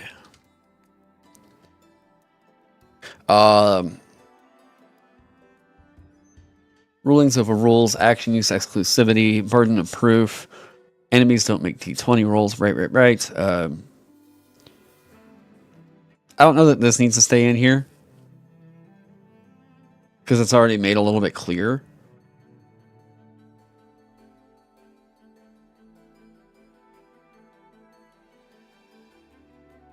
Wait, I actually think this is already in here. Discretion tools, common sense is king, action first, cinema second. Thwart the villains, right?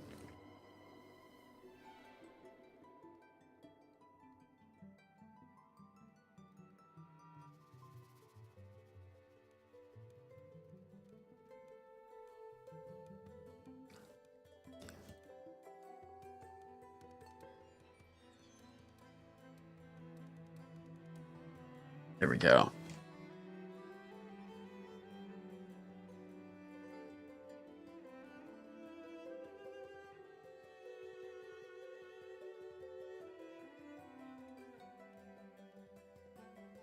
How about a hero?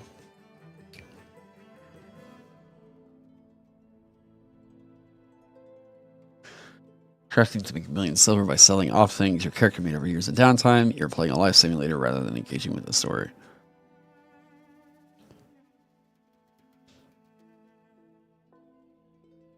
This goes for haggling during shopping. Cause needless tension at the table. Okay.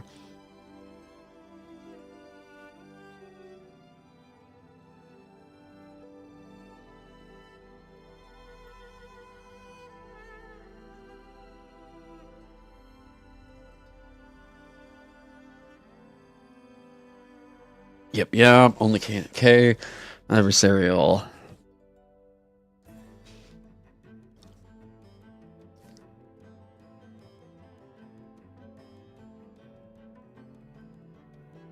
Oh, this is what I needed to add.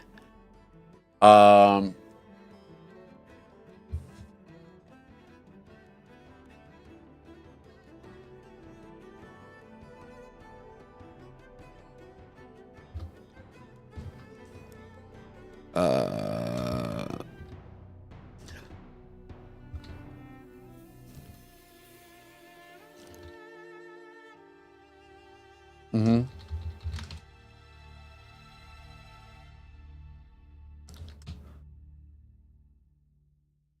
It's PEMDAS or BODMAS, right? Why does it keep doing that?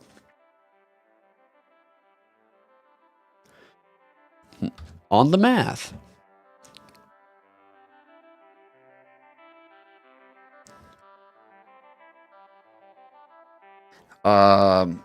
I think this roll rhythm thing could get taken out.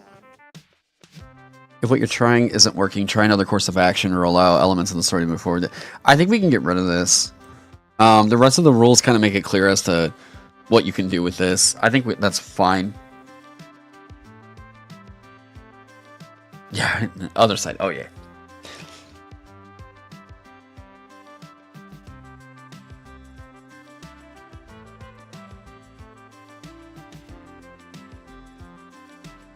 I think I moved this up forward.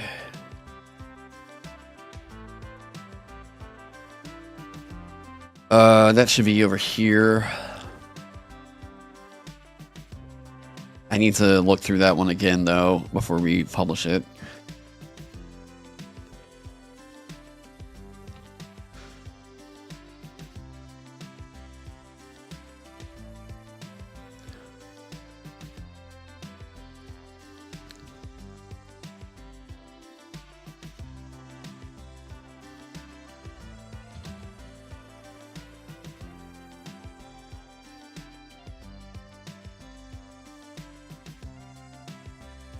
Okay. What's BODMAS? Yeah, so this is apparently what... So PEMDAS is what they teach here in the US. BODMAS is apparently what they teach in Europe. So, I forget exactly what the B stands for, but it's like something Orders, division, multiplication, addition, subtraction.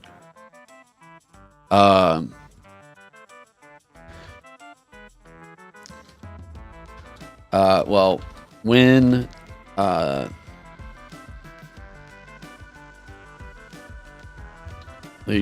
requires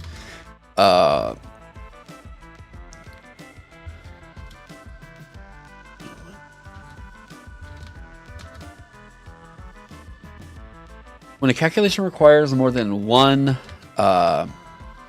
type of calculation, right? There's something better than this word right here. I don't know, chat, if you know, like if you're a math guy, please let me know. Follow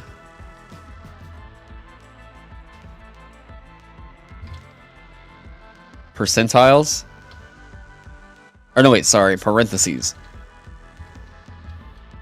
Exponents. Multiplication. You can do either or. Addition. Subtraction. Operations, thank you. Oh, no, wait, this is, oh, you mean this right here. Operation might be the right word.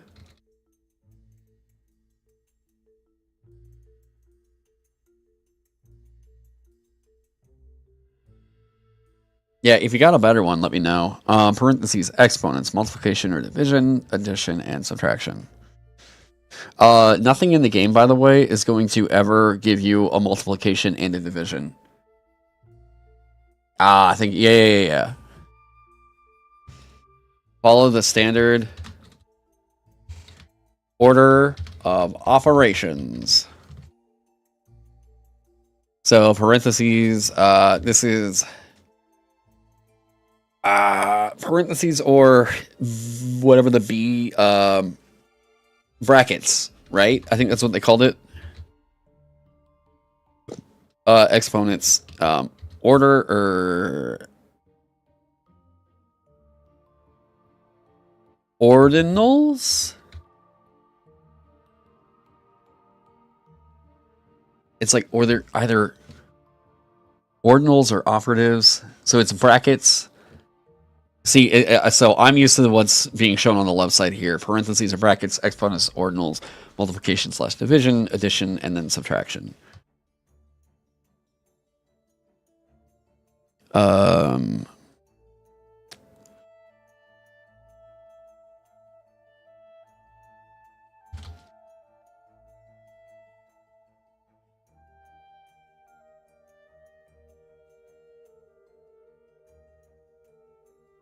Orders.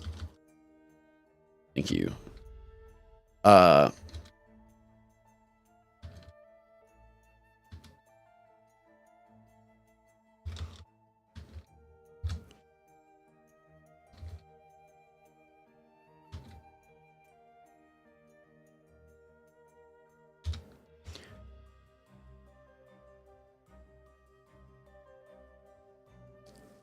Yeah, I can't think of anything in Vagabond that actually uses multiplication.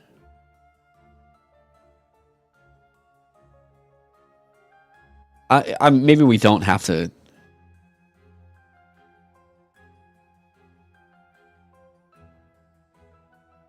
Yeah, maybe we don't have to include this.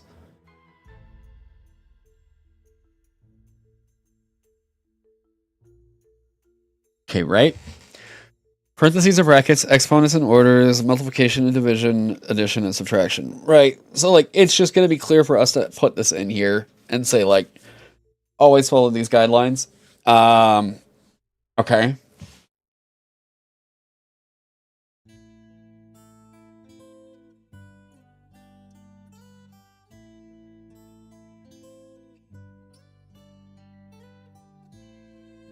Wait, why is addition done before subtraction? They're equal that. I just know that it's always expressed as addition and then subtraction. As to why that is, you'd have to, yeah, you'd have to ask somebody that's got Actually, hang on. This could be funny.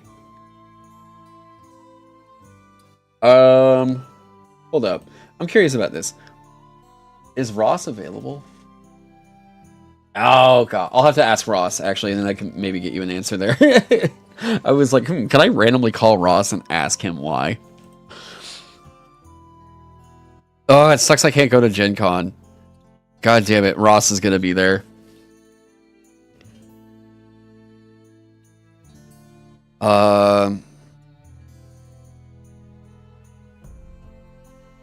Do what?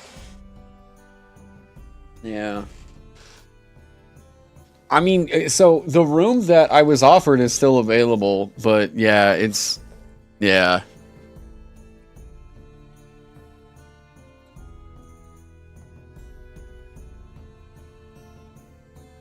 I guess they do multiplication and division in a similar manner. There is a purpose to it behind multiplication and division. I remember it was explained to me in like fucking what was that, freshman math or something. I just don't remember why.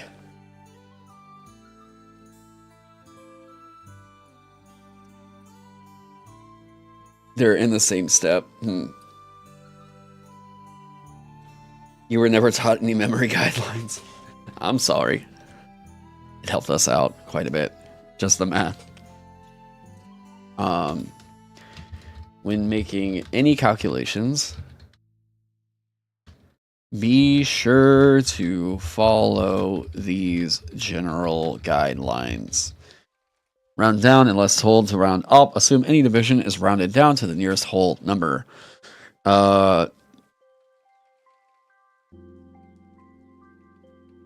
Assume any division rounds down. Yes! They could be this. They are the same steps, so it could be PEMDA. But PEMDAS is so much easier to remember for some reason. It just clicks. PEMDAS. On conversions. Okay, save or die. When presented with a save or die mechanic in a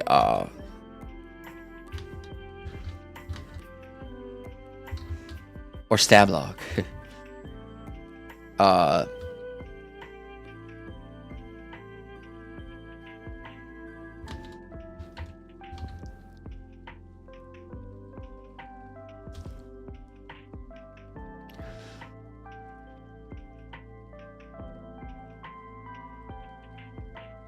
Hero subjected to it to instead take 1 fatigue.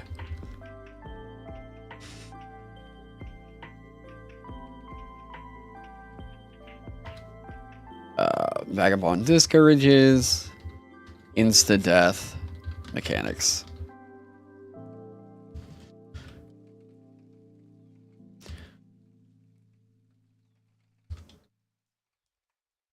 Hidden. Here we go.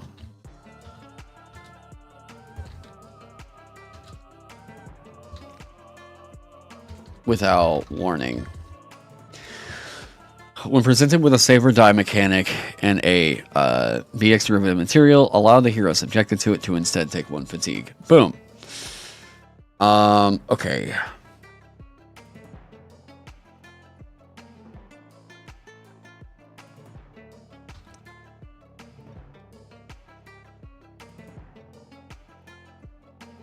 I have never been a huge fan of save or die mechanics, ever.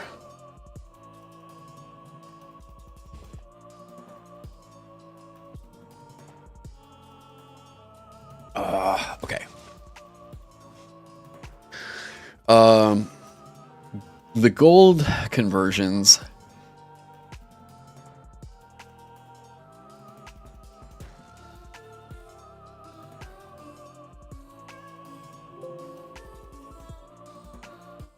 There's also some other materials I can throw in here that I'm like, we've now vetted these for Vagabond stuff, so we can put that over here.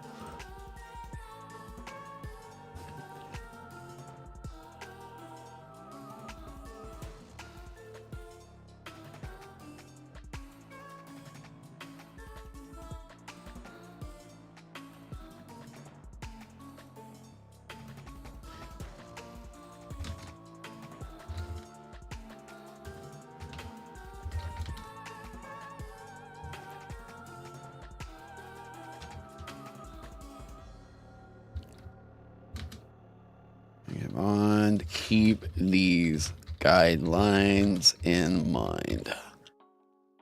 Vagabond discourages instant death mechanics that can spring up on heroes without warning. When presented with a save or die mechanic and a be extra material, allow the hero subjected to it to instead take 1 fatigue. Boom. Taron uses a silver standard for determining the value of items. As such, currencies break down as follows. Yes, gold standard conversion. Yes, yes. Okay. You know that anyone that yeah.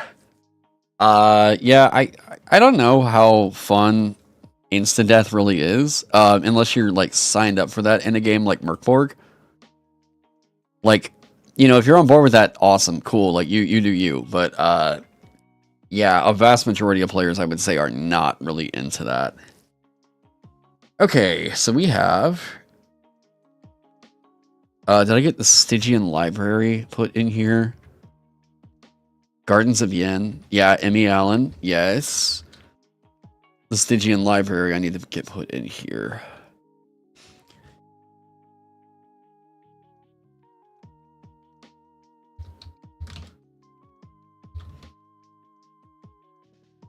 I want to say this was 2021?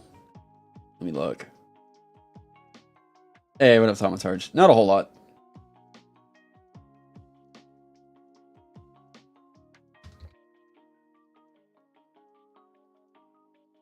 So Soul Muppet is taking over publishing that. Damn. Yeah, they pulled everything off the guild, huh?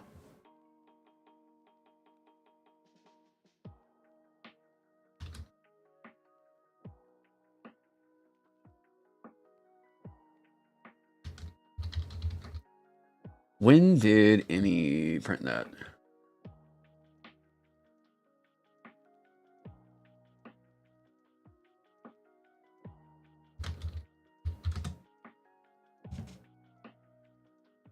Okay, so it's not pulled off of Drive-Thru RPG. God damn, it's an adamantium bestseller. 2018. Okay, that's been out longer.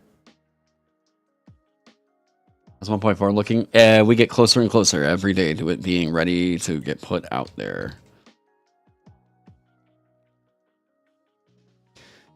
Okay, so we actually need to get this in the correct alphabetical order. Black Worm of Brandonsford. Lost Halls, Lost Isle. L.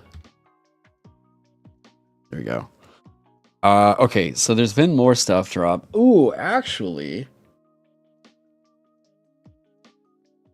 Am I planning on testing Vagabond with any Shadow Dark? We've tested it with some Shadow Dark material, yeah. Lamentations of the Flame Princess. I don't know of anything from Lamentations of the Flame Princess. Other than the I guess the shit that's kind of gotten some negative attention. So I haven't really ventured much out there. Yeah. Knave, I know it's compatible with Knave.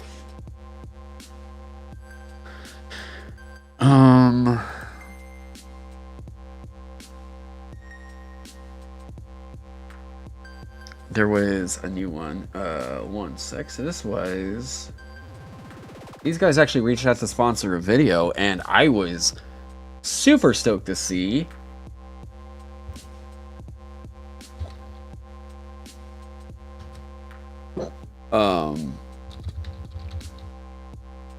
What was this called?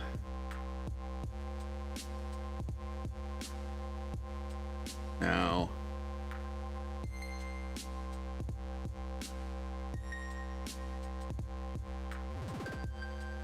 Oh yeah, I guess like slime. Small announcement here. For those of you that haven't seen it yet, the Anthology of Heroes is actually all approved for print and everything. I just need to get the proof in hand.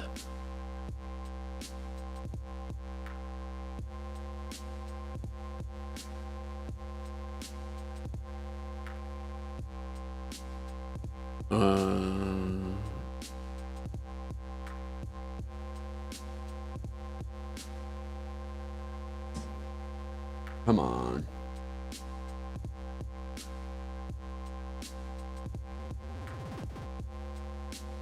Negative attention?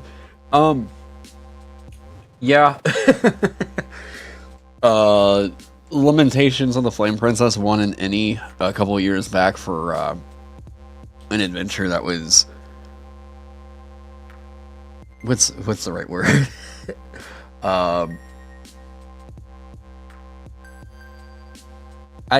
not sure what the right word for this is. I guess racist? Yeah, I'm also just like, there's a certain pit that kind of circles around the Lamentations of the Flame Princess crowd that I just don't really want to get involved with.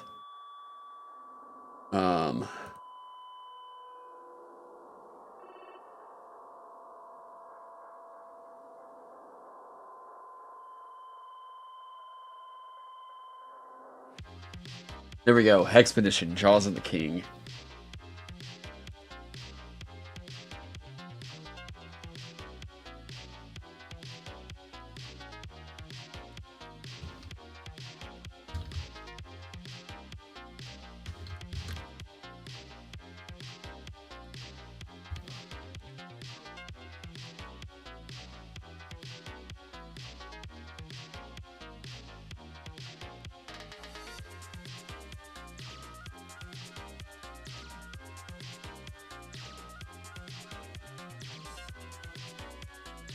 Yeah, this is quite cool. Oh, it's Buckstar Games.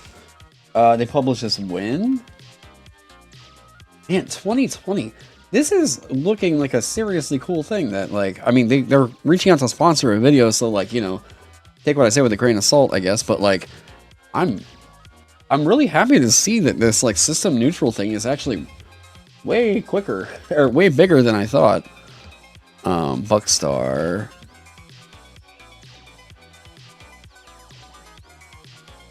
Is it just Buckstar Games? Yeah.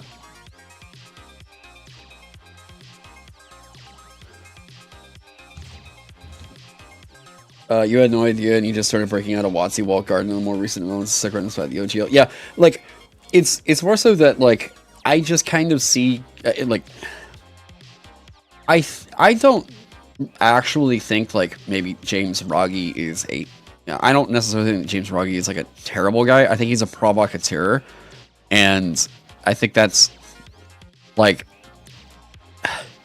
you can only, like, whenever you're trying to be edgy and, like, your sense of humor is, like, you know, edgy or whatever, there's times whenever it's like, yeah, but maybe it's just tasteless, and, you know, you can say what you want to, but you gotta understand that some people aren't going to be comfortable with, like, that, and, like, if they're uncomfortable with it and they express that, well, like, you can't be pissed at them for being uncomfortable with the things that you say. Like, you know. Like, I mean, I've said on here, Ogre, hey, welcome. Hey, that put us at 19,700. Welcome. Yeah, it's like, you know, if people want to say offensive shit, it's like, you can, like, you're not prevented from saying it, but you've got to understand that, like, if you say some stuff and it pisses people off, well, like, yeah, those people also have a right to be pissed off, you know? Like,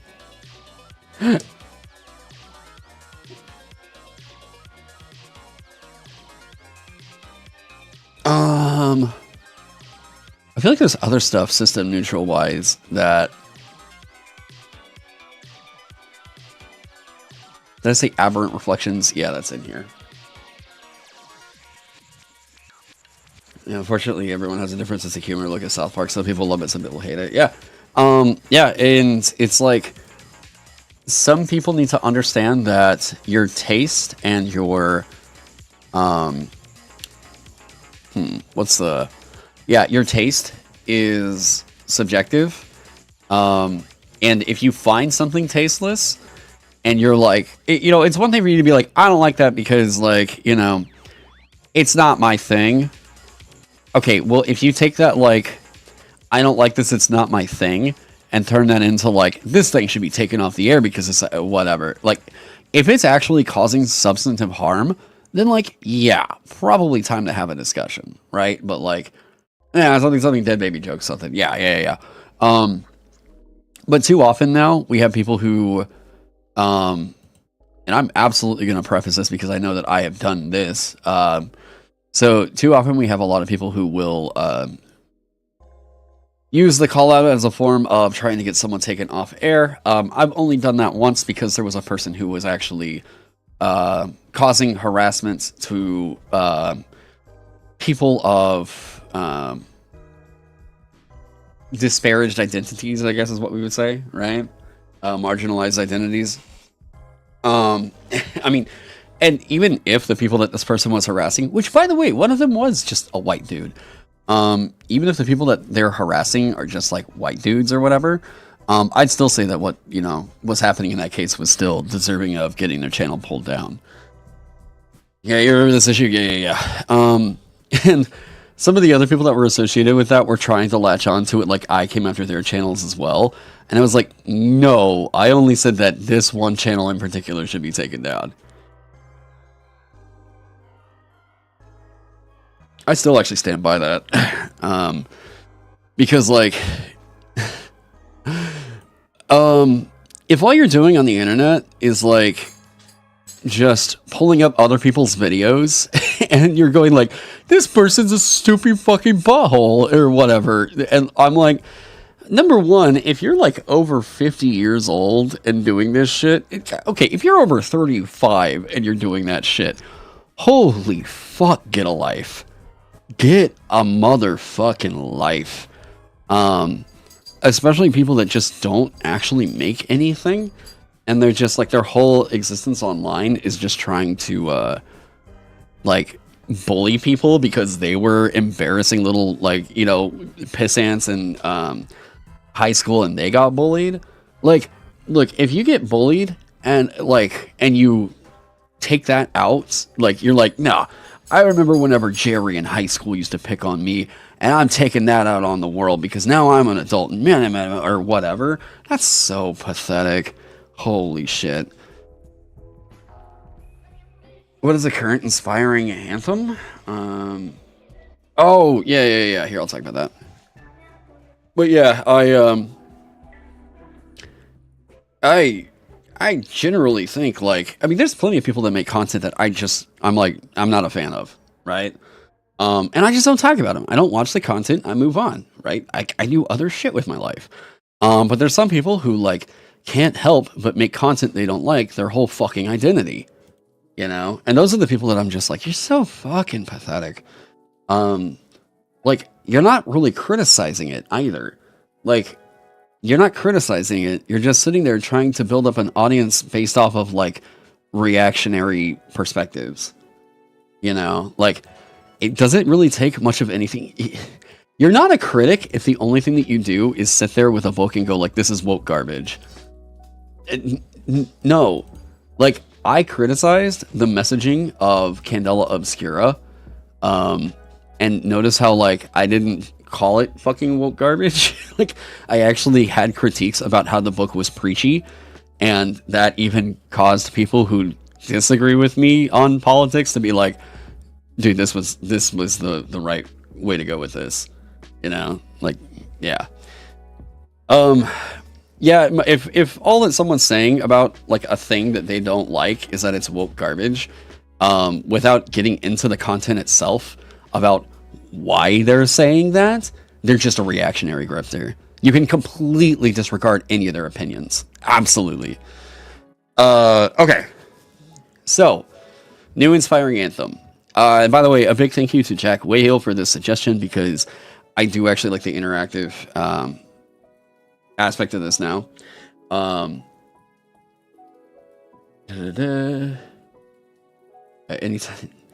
Anytime you hear the word woke, you immediately disregard them. I think that it's time to not really disregard it as much. So I think that we do definitely have a characteristic that we could call woke. But the problem is, it's also just totally washed out. It's one of those words where, like, we could pin a definition to it, but like, god damn it, is it even worth it at this point? You know, like, if I see like something is just going for like brownie points and there's not really content to it, then I'm like, and by the way, brownie, I use colloquially, holy shit, let me backtrack on that, my bad. Brownie points is literally just like getting favor with somebody. I did not mean that in that particular way. Jesus Christ. If you're just trying to get like bonus points is what we'll say, right? If you're just trying to get bonus points with the crowd and try to like signal to them that like, hey, these are my politics, this is why you should support me, and like there's not really usable content to the book, I think that you can say that that is virtue signaling woke garbage, right? But if there's actual content there and they're just bringing up like ideas of inclusivity or whatever, and there's usable content to it, okay, they just have progressive politics, I guess. Or like, not even that, they're just kind, right? Like they're just empathetic, you know? Yeah.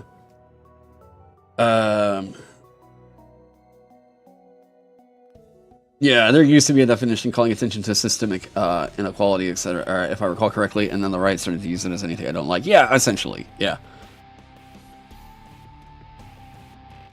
You recall it used to affect all rolls the same way. Okay, so we'll go through here. Once per round in combat, you can use your... Oh yeah, here's the big thing.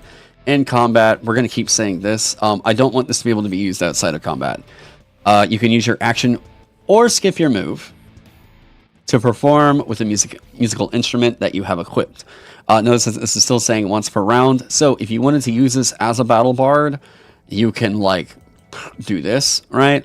When you do, make a performance check. If you pass, you and your allies that can hear you gain your inspiration, a d4 bonus that applies to a certain roll they make before the start of your next turn based on the type of song you perform.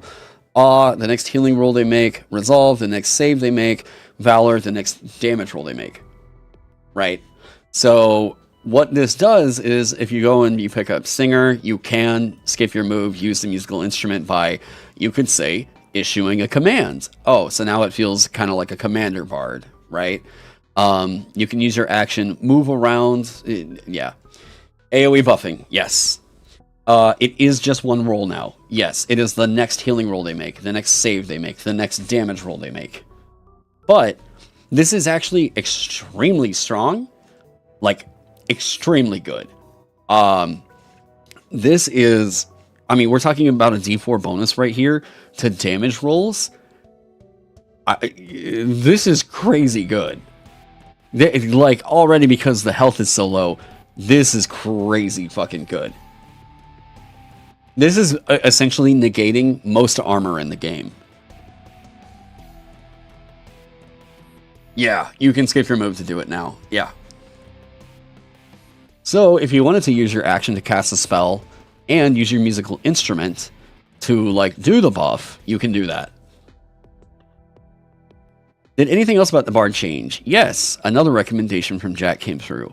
So Jack has had a bard at a campaign, I guess, that he's been playing for a couple sessions, and they were testing it at, I want to say, 5th level. So this one came up, and he felt a little bit worried about how strong it was. So with Starstruck, when you use your Inspiring Anthem feature and pass while any enemies can hear the performance, you can choose to cause a number of those enemies up to half your bard level round up to be either Berserk, Charmed, Confused, or Frightened until the start of your next turn. This was originally ENnie enemies, and I had not had a bard at my table that was up above 2nd level, right?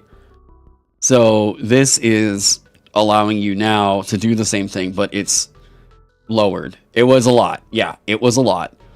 It's still a very nice effect, but now it's like you can choose 2 of the enemies, you know? It's still tied into like you needing to make the check and all that stuff.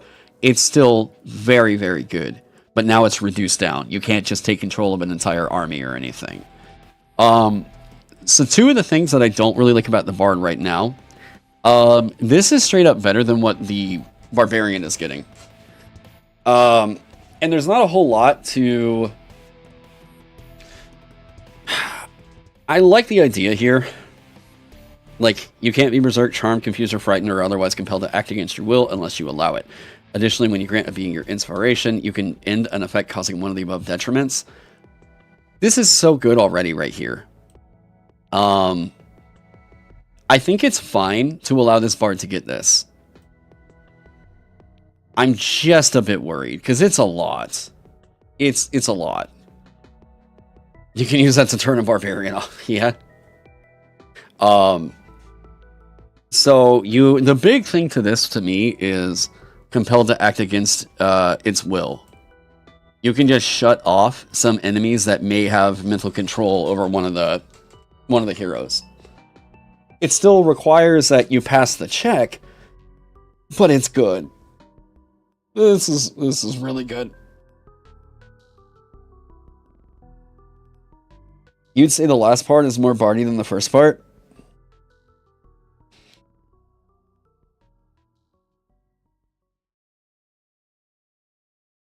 Oh yeah, because this would already apply. You and your allies.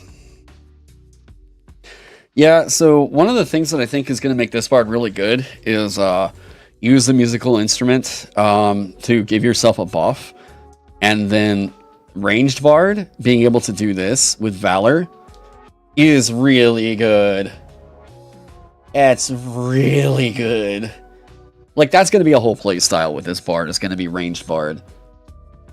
Going with the damage roll, right? And then at 10th level, bard archer could be very fucking good.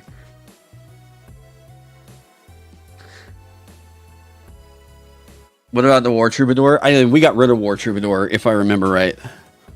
It just was not... Let me see here. Unless it got a tweak, I don't remember. Right, when one of your abilities calls for a performance check, you can make an attack against an enemy instead, using the attack to determine if the feature applies. The only thing that this is in here for is to make the, like, Valor Bard kind of a thing.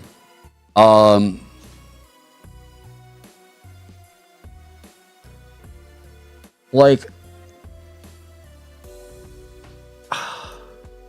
You wouldn't get the benefit of this on your attack that you do that.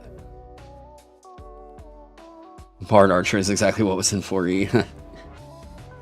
Does Bard get any weapons, or do they need a perk for that? Bard is currently getting, if I'm recalling this correctly, you can potentially go in and get, like, finesse with this, and you would have those. But the really big perk to going Bard is to just get the musical instrument, and you can pick up the additional training with your first level if you want to get that feat, and then go with that. There is also Dabbler, like, right here, that is so good.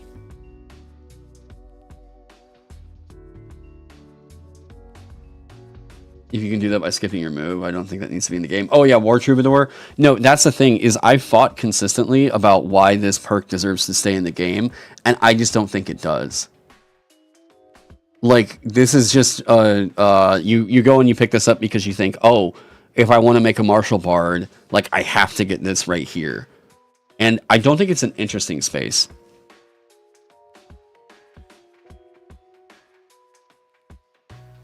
Like, the more and more that this one gets brought up, the more, like, here's, I guess the chat, like, here's the way I'm thinking about this right now. War Troubadour is the kind of perk that people are like, well, okay, of course we go and get that, because, like, that's just telling me, no, duh, as a bard, I have to go and get this. It almost feels as limiting to as a perk as a sword bard subclass would be. Yeah, yeah. Who else is it good on? That's the thing. Nobody. It's not good on anybody else. It was literally built to make, like, Valor Bard work out. That was, like, back whenever Vagabond still had subclasses in it, this was, like, the main deal for all of the martial bards. And yeah. Oh, Busker's already removed. Yeah, War Troubadour can just get removed. It's just not an interesting space. I think it's finally time to just admit that. It's not interesting. Let's get rid of it and move on. Busker did get removed. Thank God it's gone. Yeah, Busker hasn't been in the game for at least I want to say 2 updates. It would be like the Warcaster tax in 5e where every caster benefited from it, but it was limiting fear. Yeah. No, that's the thing is I thought I removed War Troubadour a little while ago. I think with opening up what you can do with Inspiring Anthem, it just makes it to where you just don't need it. Busker's in 1.3? Wait, no shit. Okay, well, it's removed now. Did I take it out of here? Okay. Yeah, well, it's for sure gone now. Okay, I'm going to scroll through here real quick. It's been a while since I've done kind of an audit on these. Let me see the perks. With a brawl weapon you have equipped. Let's catch that.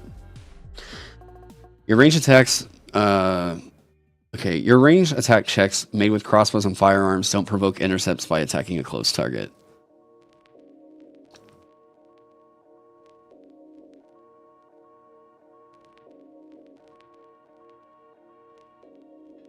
From close enemies.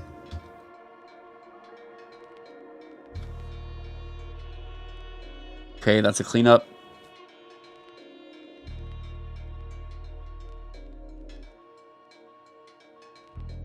Well, yeah, so the idea was that you were going to work as a shift task and you could like just kind of passively generate income, but it was such a, it was like hokey.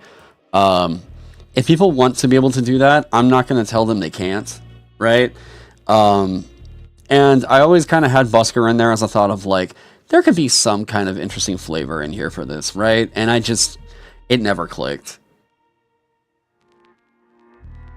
Has there been any follow-up to the witch potentially getting hedgewise removed or replaced? Let me take a look. Oh, wait, shit, that's over here.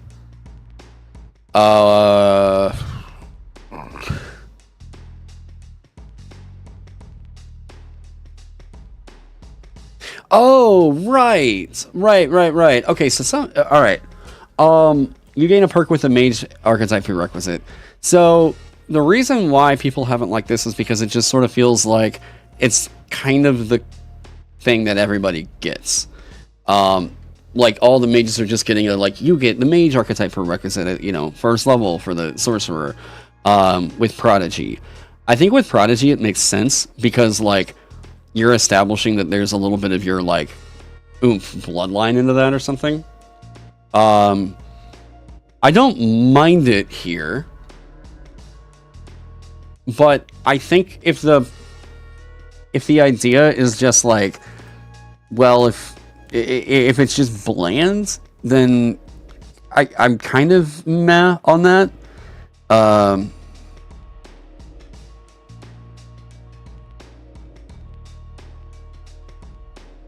If we move Hex up to first level, that's kind of establishing your asymmetry.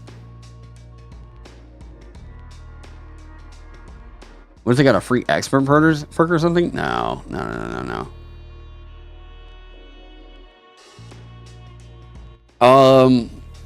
If we move Hex up to first level, because that establishes everything that the witch is going to be doing asymmetrically compared to everything else. Yeah, Wizard's the expert.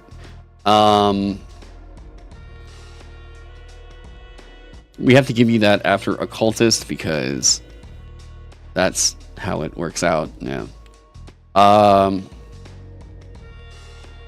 So you getting Hex at first level. I actually don't think, based off the feedback, that the witch is all that complicated.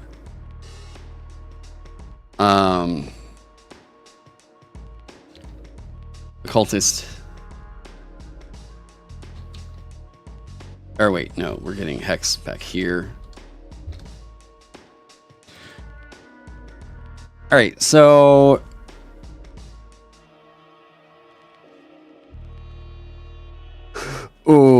Uh-oh. Taron.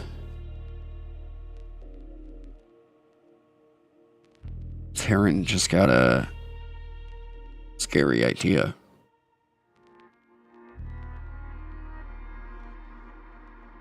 Uh-oh.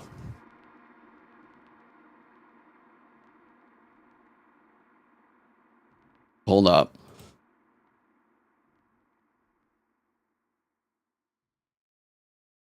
If you affect a target with a status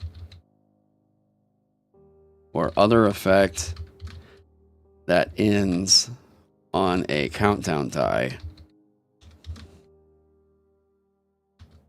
the starting size of that die is one size larger. That is a massive power spike right there.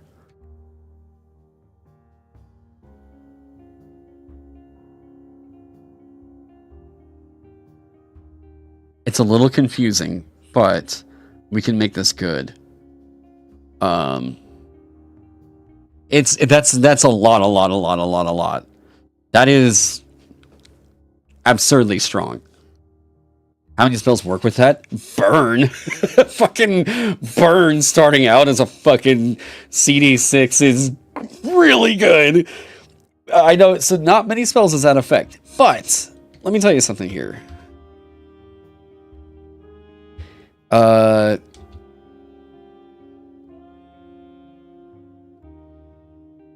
When you affect, when you inflict a target with a status, you can choose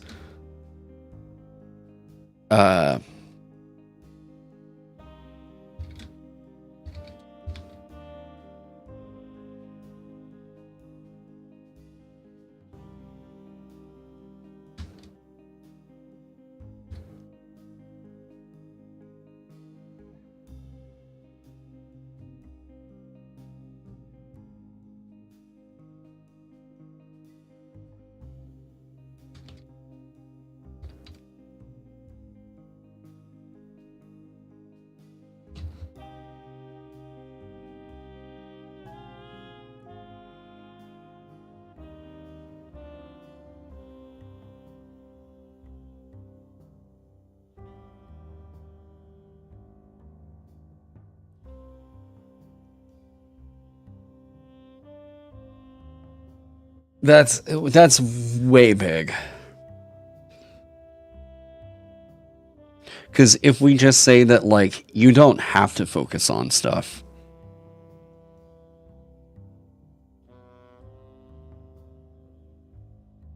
No, the extra perk wouldn't be necessary. No, but this is big. Like, this is really big.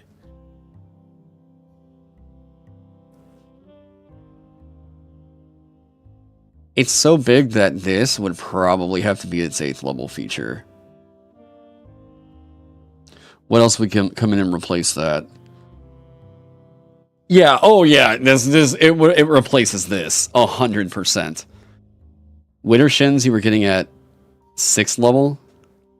We could say Fascination comes online at 6th. It doesn't cost you mana to subtle cast. Okay, fun. Winter Shins coming online at 8th with your countdown. Fucking, oh my god. Isn't not focusing part of Hex that lets you make them continual? But that's the thing, is like we can just say, like, we could replace Hex with this right here. If you inflict a target with a status, you can choose for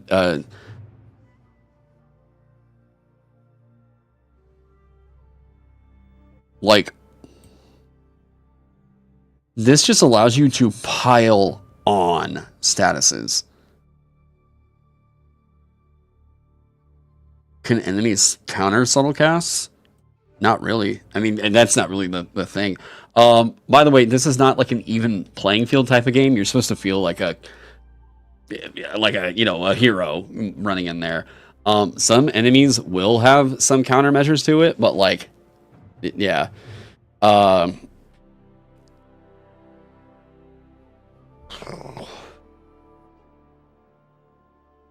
When you inflict a target with a status, you can choose to cause the minimum duration to be CD4 rounds rather than 1 round. This effect does not require focus. That is massive. Is that good enough to replace Hex? Is that interesting enough to replace Hex? I think that you can only do this for 1 target, though.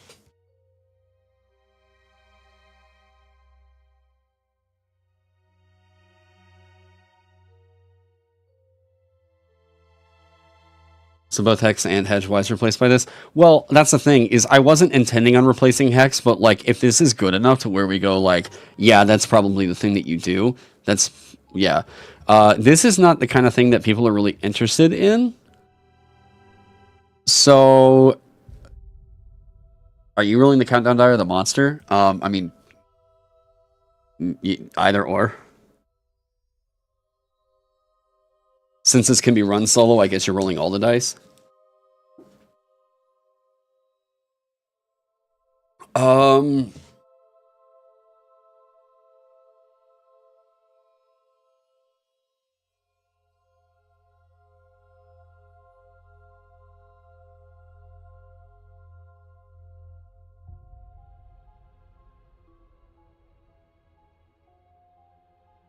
This requires some tracking and shit in here. We can just allow you to pile this on.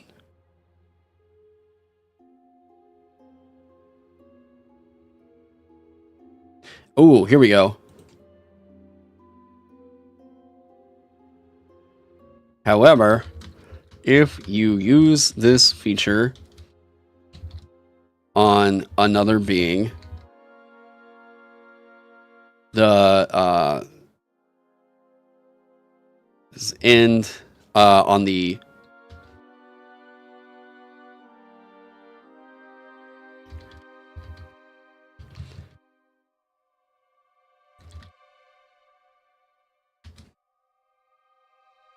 with the effects of a spell.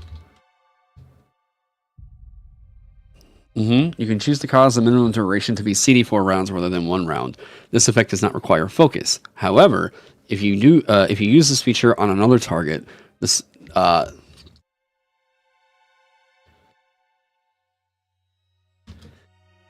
okay. Yeah, that's why we're getting rid of it. We're only doing 1 countdown die in here. Yeah.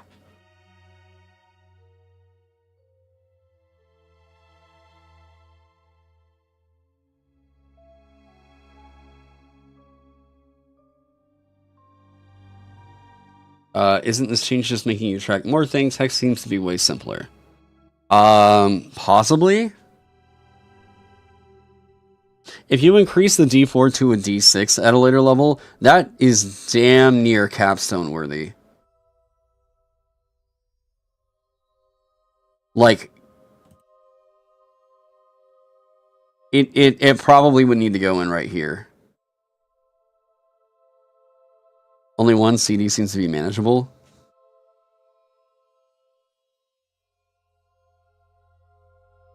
But that's the thing that I think a lot of people liked about the original, is that Hex felt like a box that you can put all your spells into and pile the effects onto a target. I think people liked that. Like, that was the thing. This was a thing that people were saying was fun about playing a witch. It's for like a D&D campaign. It's a different system. But, yeah.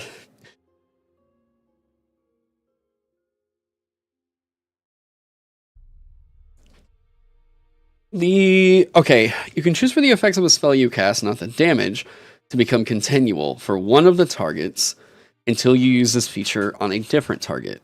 You can have a number of spells active this way equal to half your witch level. I think we can... Okay, so we can get rid of this. And we can just tell you to pile it the fuck on.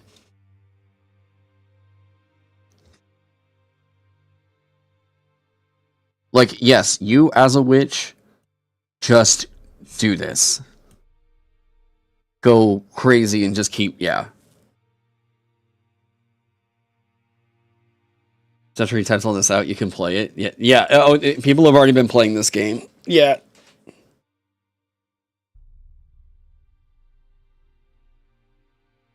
I think with Hex, you can get rid of that last part. This is... When you inflict a target with the effects of a spell, you can choose for the minimum duration to be CD4 rounds rather than 1 round. This effect does not require focus. However, if you use this feature on another target, the effects of the first target end. Oh yeah, the witch has always been the single target mega debuffer. Yeah. Yeah, the witch is the... If you like the debuffer playstyle, witch is going to be that. Let me think. Is this compatible with Hunter's Mark?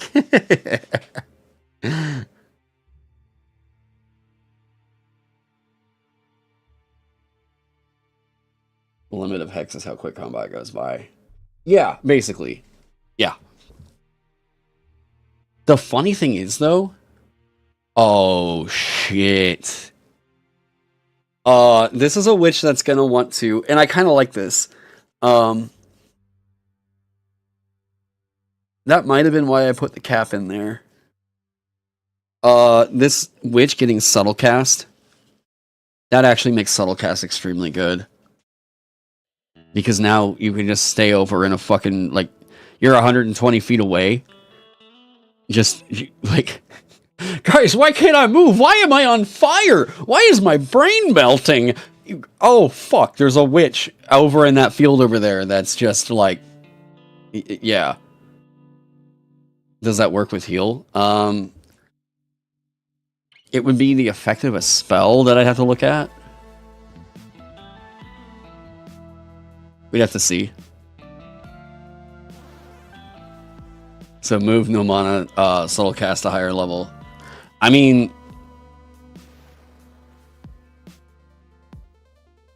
all I'm saying is, this is funny as fuck, and I love it. Suddenly, right here, we're telling that witch, like, you hide off in the bushes, and then whenever you see these motherfuckers... unload all your hexes and shit. Just do your thing.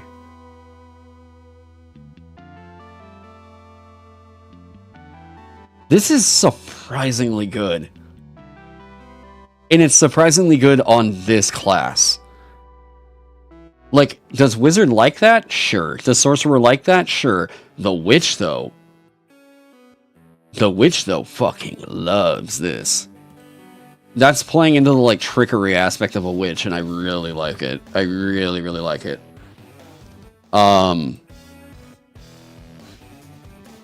Okay, so this is a fun idea.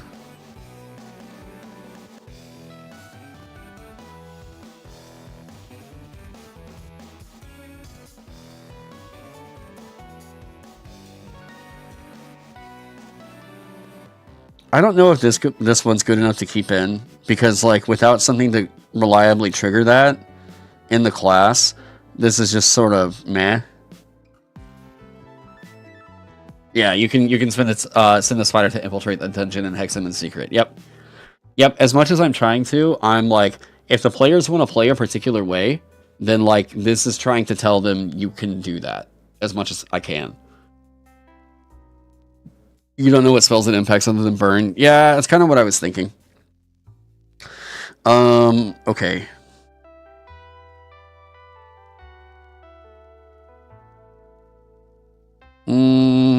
Yeah, we'll get rid of this. It's an interesting idea. It's definitely a power spike, but it's not good enough to really kick with it. Okay, I don't know what this is going to be. We'll have to see. Fascination, we're moving up to 6th. I don't know what Winter Shins is, but it's such a funny name that I've got to keep it in here. I'm gonna have to get this back over to Freya too. Freya has been my witch cultural consultant for this project. She fucking told me she saw Widdershins and was just like, yes, leave it. Grudgebearer already got the damage type removal. Oh, wait, it becomes weak to the damage type. Oh, yeah. So that, when you deal damage to the target of your hex, it is weak to the damage.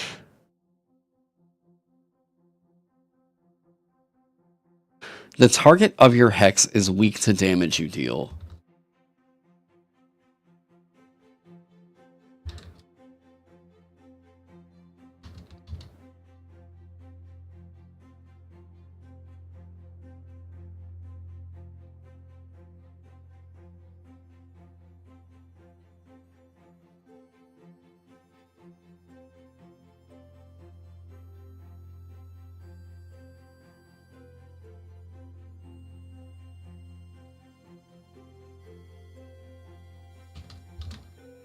This does not ignore immunity.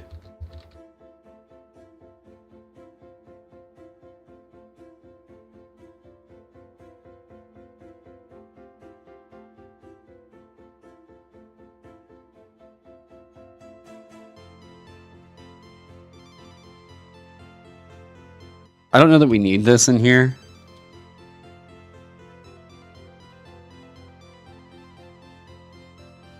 Yeah, it's a perma buff to your damage, but it's only that one target.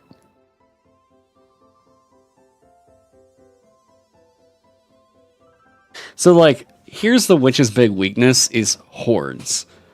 If a witch is surrounded, that is the worst point in this character's life.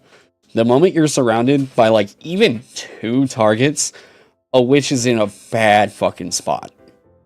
I think more so than other casters, the witch has a really hard time dealing with multiple targets. And I think that it's fine to leave that in here. Scrycast becomes broken when you get Fascination. The witch is boss teeth and stays at home and hexes him repeatedly. Yeah, so, like, that's why we've been talking about, like, potentially getting rid of some of this. Scrycast is nice if you have the fucking fetish or whatever, right? And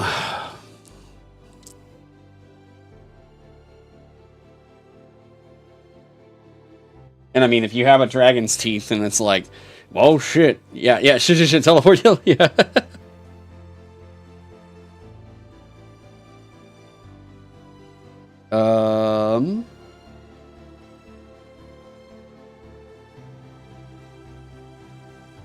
I'm also just double checking on something real quick.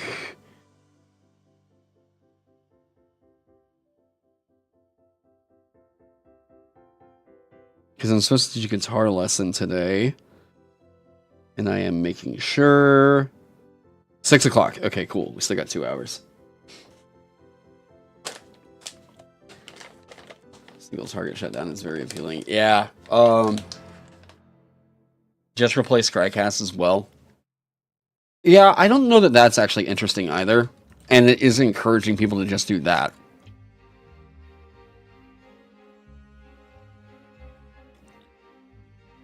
Wait, where'd it go?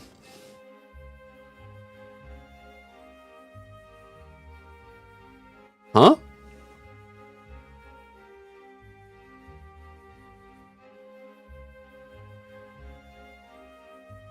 Wait, was it not a perk? Oh.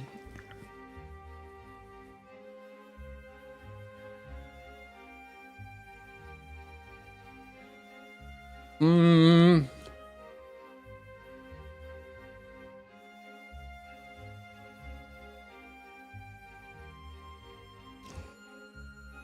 was trying to remember.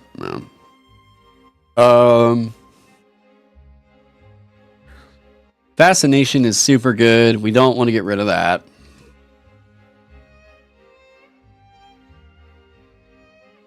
Why is this?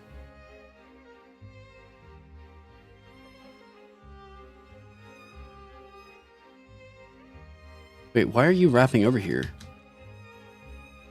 Huh?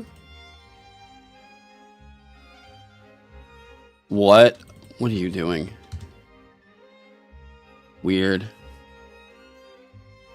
Yeah, Scrycast isn't the kind of thing that people were telling me was interesting or compelling about the archetype.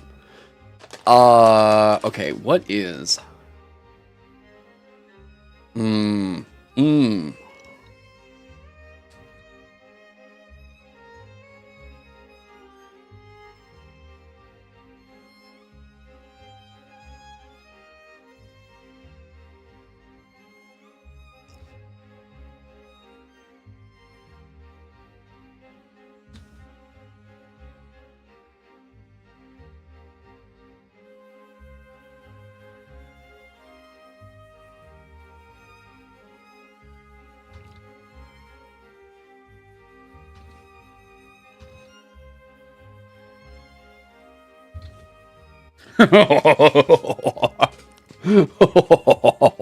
Wait. Ooh.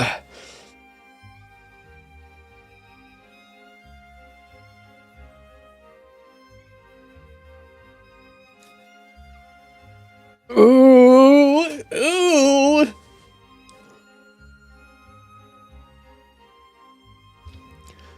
No, we've already got a cultist.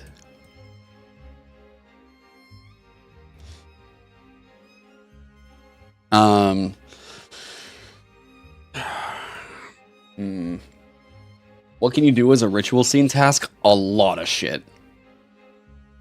A lot of shit. This is removing curses. This is this is quite good. This also mixes with a lot of perks that allow you to control the weather as a ritual. And yeah, this is really good, and it's going to key off of a lot of features that we'll make in the future. We can make certain rituals that just literally anything we've seen as a ritual, open up a portal. You can do it as an action.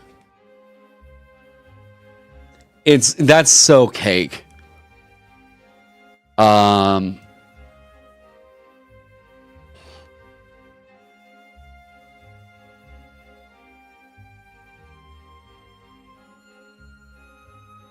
This is turning a lot of rituals that we built into the game into spells. You being able to control the weather as an action is fucking sick. What level is that? It sounds strong. It's very good. I got it here at second. Should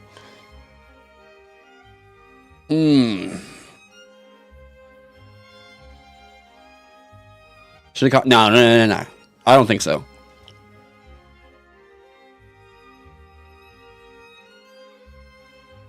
We want to try to get away from resource stuff other than mana and health.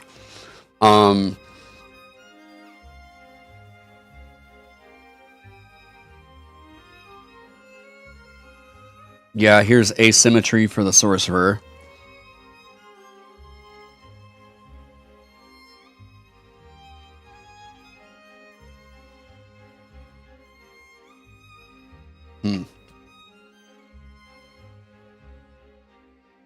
Get these in alphabetical order. So they get their asymmetry at second level, but like they're also getting this, and that feels very sorcerer bloodline. So they get the asymmetry here. I think I'm giving wizard the page master thing pretty early.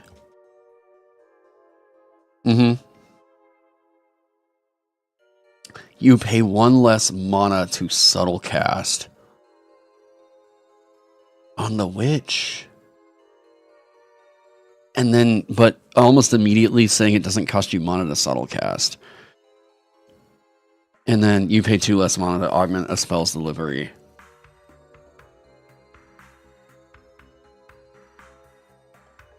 This is good enough to put at 8th. Yeah, I think we put this back up at 8th.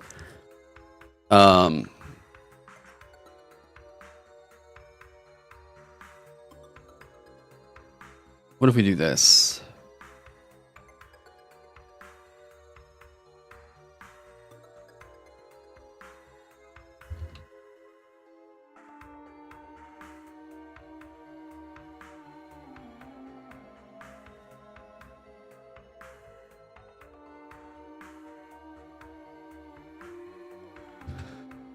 It doesn't cost you mana to subtle cast.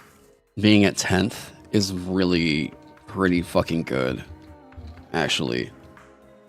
And we start doing this. Yeah, there's that. Scrycast. It costs you 1 less mana to subtle cast.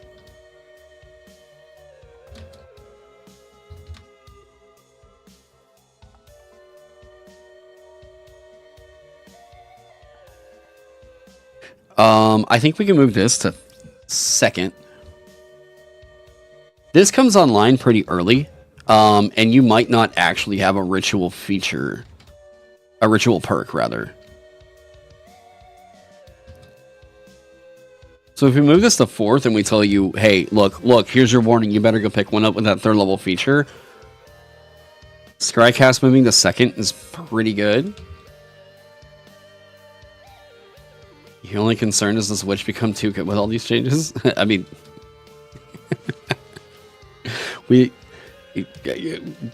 I guess, yeah, water's wet. That's just a part of, like, we go through here, make new stuff and see what all goes on. We see what washes out in the playtests. But it's not, we're not going to be able to tell really immediately so far. This is really good. Wait, was subtle casting already 1 mana? Hold up.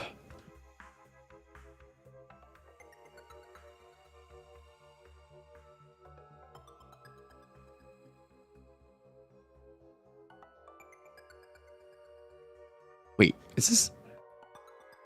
Oh, those pages didn't look even. Yeah.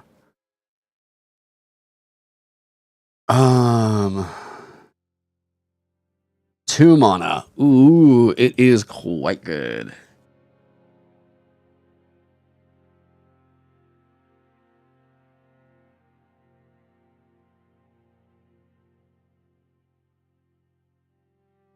So...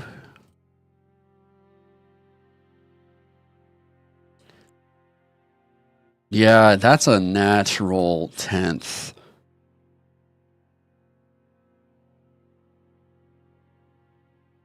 Yeah, we do establish that asymmetry and trickery bullshit. That's quite good. Okay, so 6th level. What have we kind of given people? I think Wizard gets another perk. Oh no, extracurricular. You can spend a study die when you take... That's right.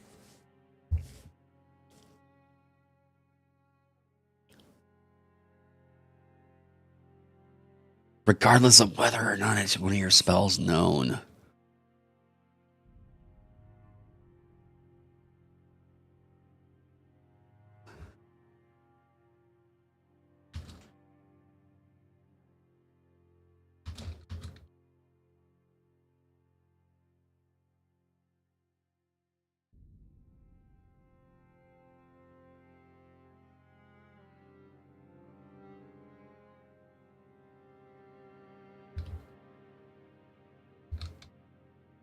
Okay, so there's why we get that.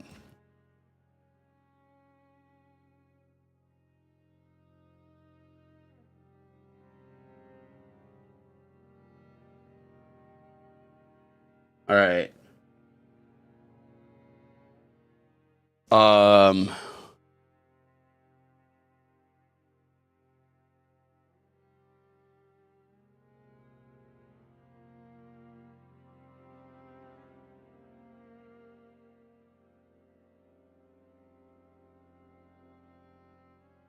The target of your hex is weak to damage you deal. I was kind of wondering if this should say with spells. Because this is just an extra damage die to that particular target from this witch.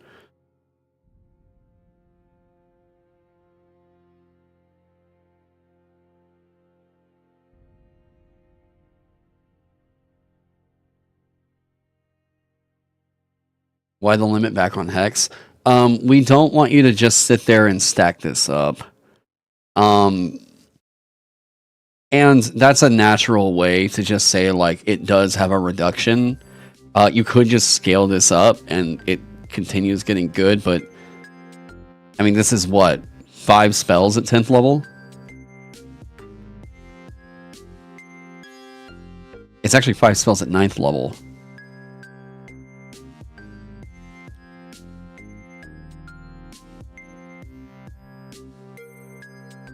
Wait, you can only have one of them that you don't have to focus on here.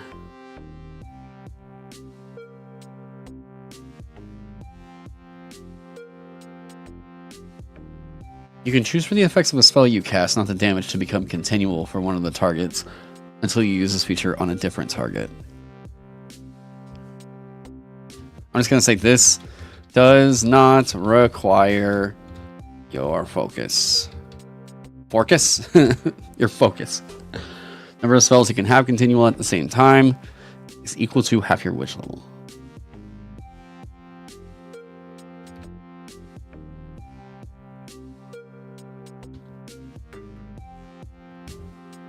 There we go.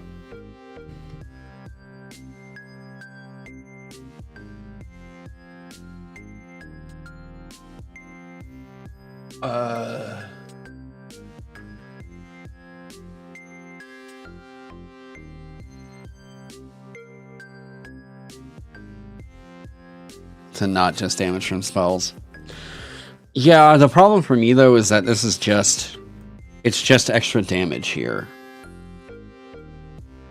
I mean, it's encouraging you use your hex. Oh, I'll tell you why this is fine.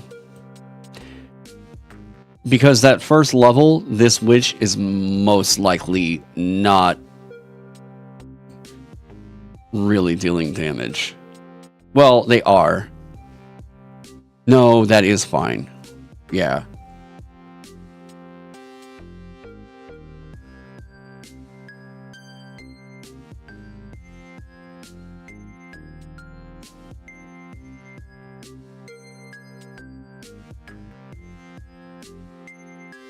Yeah, then attack. Yeah. Okay. I'm gonna think this one out. I'll be right back. Let me take like a 10. I just felt some stuff turning. Oh yeah, we got something new actually for the break screen. Hang on. Oh, get ready. Oh, get ready. I don't think you all are ready. I'll be back. Would just ruin. You see the threads weave together throughout this adventure, forming this tapestry of an aquatic epic where everything matters. It's been made incredibly accessible with a whole Roll20 module, so if you're considering giving 5e a send-off with some kind of a grand epic, I can recommend no adventure better than Call from the Deep. I'll get links to it all in the description down below, and please consider supporting third-party RPG creators. Perry also has work for Merkborg and Troika if you ever want to dabble outside the D&D realms, available over on his store. None of this is sponsored. I'm honestly just a fan of Perry's writing and hope to shed a light more over onto it, especially as we're kind of, I don't know, doing all this craziness this week. I also want to thank my Patreon sponsors for helping me keep the lights on around here, and Coffee in My Blood. You all are absolute heroes. Go check out my Patreon and the Land of the Blind storefront if you're looking to expand your horizons in the TTRPG hobby. I also want to thank Jenny D and Pointy Hat for organizing Kraken Week, and to Luke, Goblin, Key, Crowe, and Val for all their voiceover work on this video. You all are awesome peeps. Thank you all so much. Go check out all the other Kraken Week collaborators. I'll leave all that in the playlist down below. I hope you all are staying safe, staying healthy, and I will see you in the next one.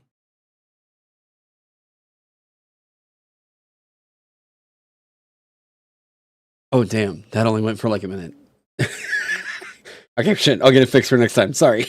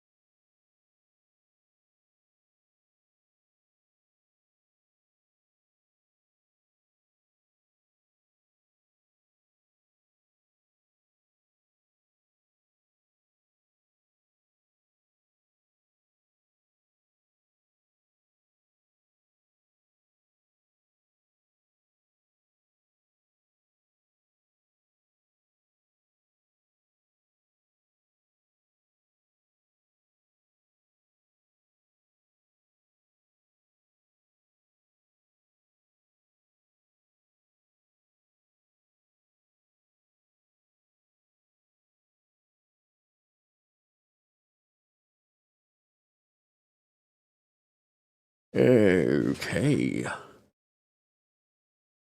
Oh, damn, I left you guys without. Here.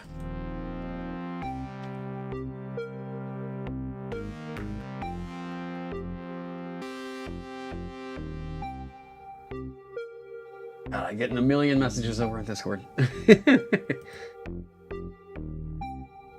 Okay.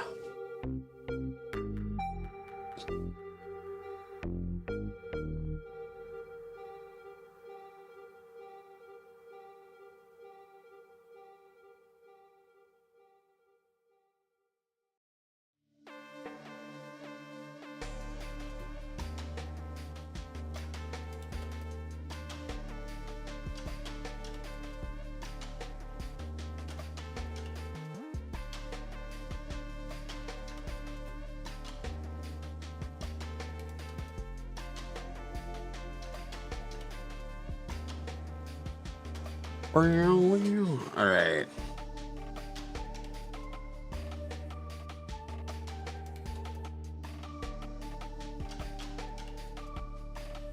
So we have occultist. Was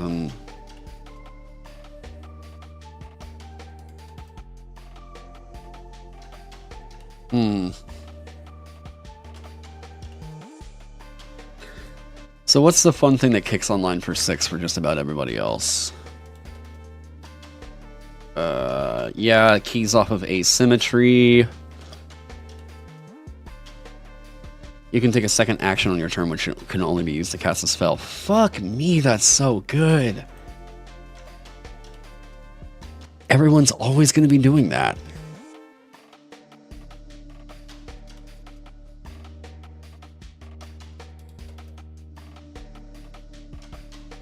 You can skip your move to cast a spell?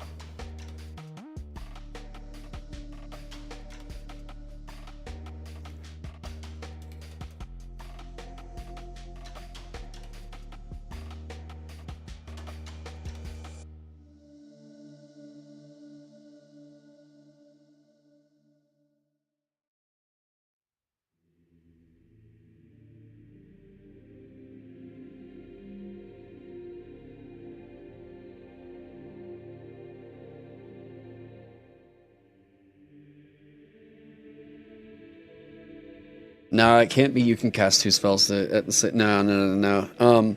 Because Sorcerer can just go pretty fucking crazy whole hog and do that.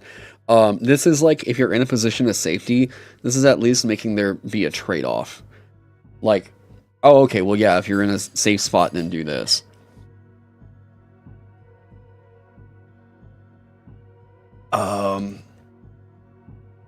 We're gonna bring that down.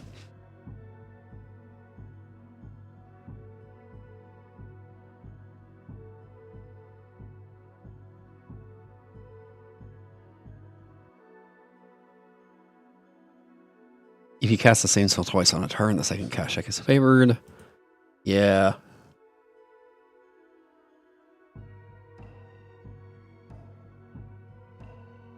I do like that Sorcerer can just throw out more, but...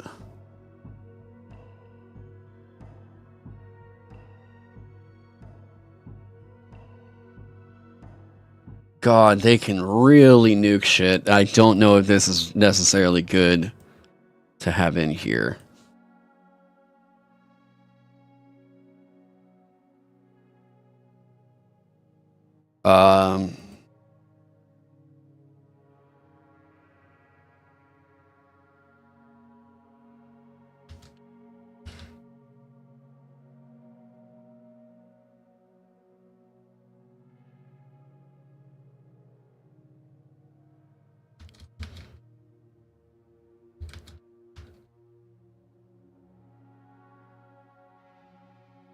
That at least reduces it down to like an extra 3d6 damage or something. It's still really good.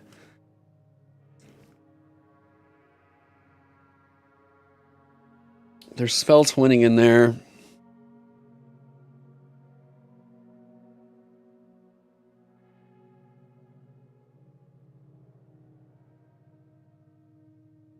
When you cast, you can reduce your maximum health to regain mana equal to 2 times this health reduction. This reduction ends when you rest. If you die from this reduction, the cast results before your death and your body is vaporized.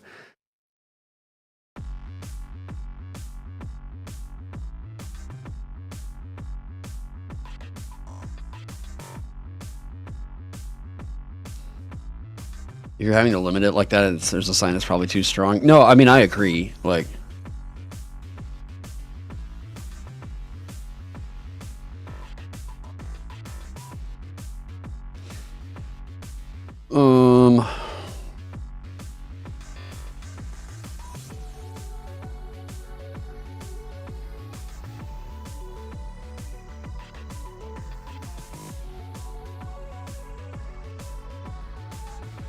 huh.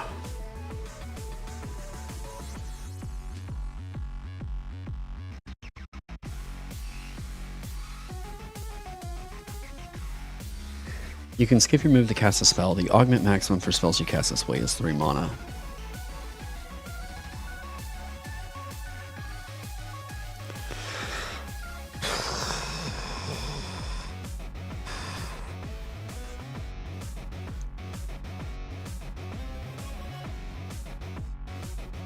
Yeah, quickening is just, in general, it's just... I think even this, it's too strong of an action economy cheat. Like...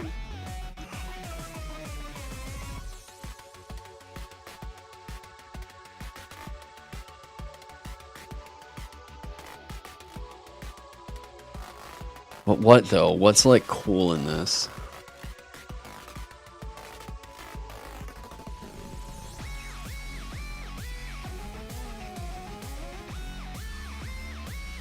Move to cast a spell that requires no mana?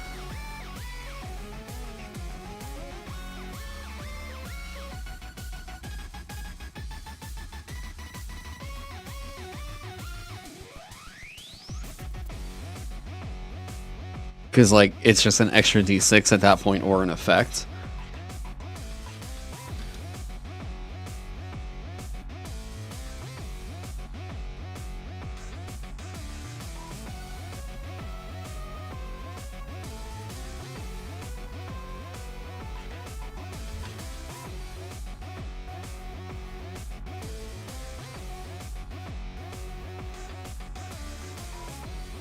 Yeah, spell and cantrip combo thing, right?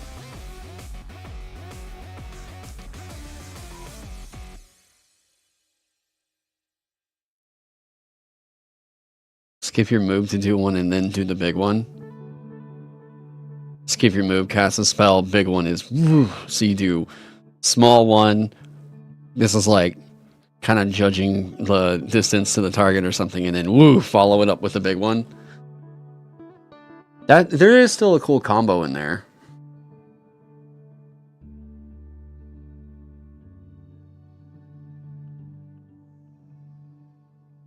I kind of like that haymaker feel to it. Like, whoa, whoa.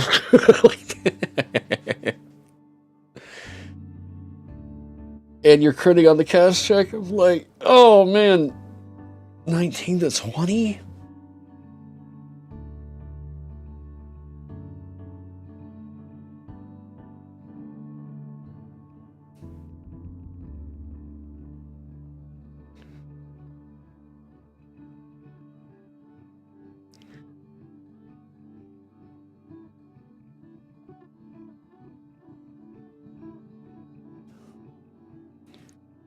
What if it was, and you regain CD6 mana at the start of your turns? I have no idea.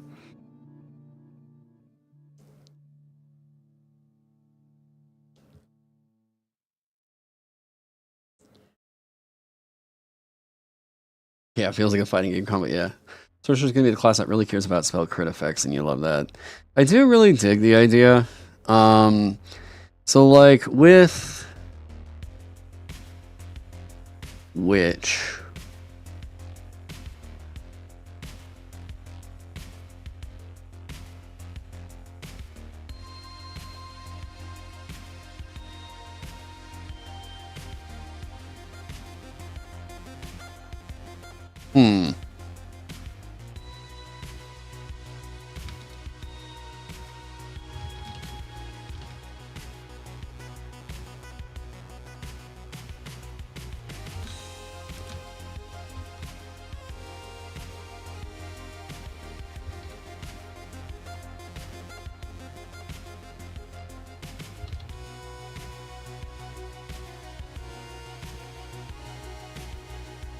See, this math right in here, though, is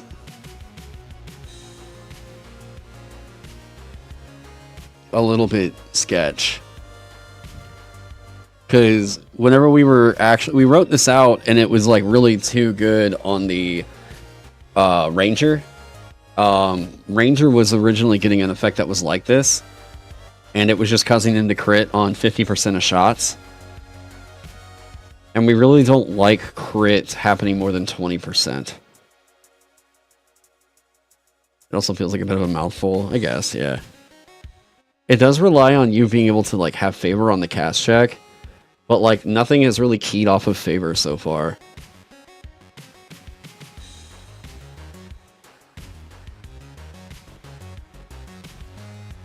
It's really good.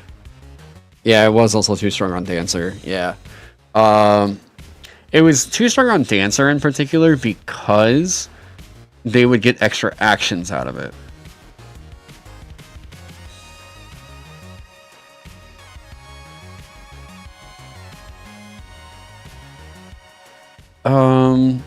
How can we like give you that like oomph into making something, like pushing it into a crit?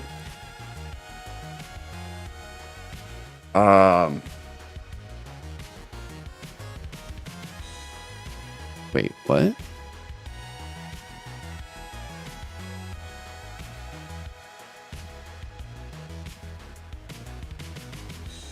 Wait, why did that do that? Are all the other tables like that? No. Why was that one table doing that? That's weird.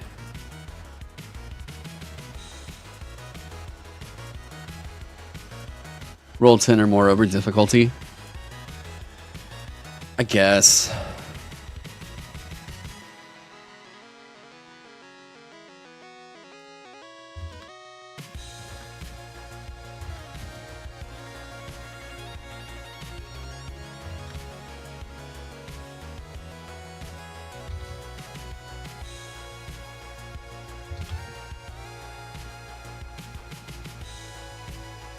If you pass a cast check against the target of your hex by 10 or more, it counts as a crit.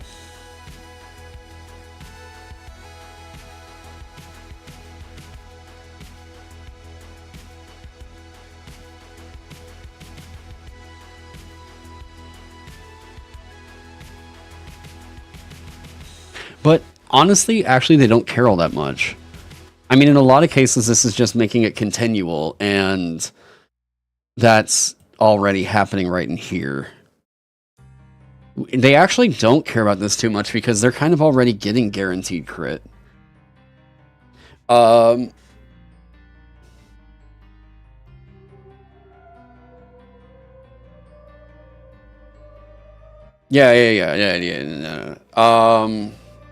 Oh yeah, Strider was already saying that. Yeah.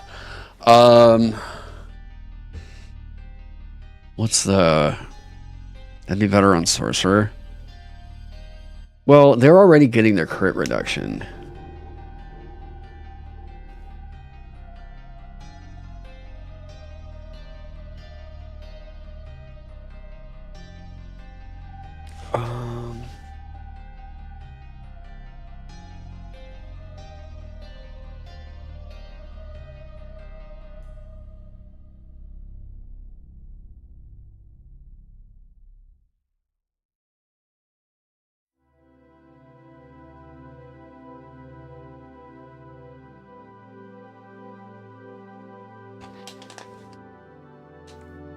Maybe they could reduce the crit range for allies in some way. Well, they're a debuffer, right? So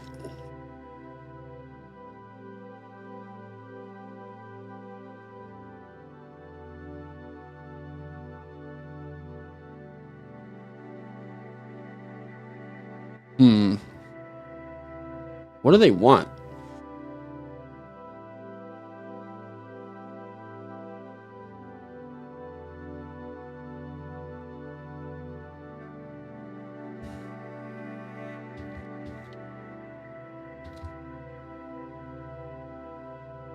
What if it went Arcane Trickster with this?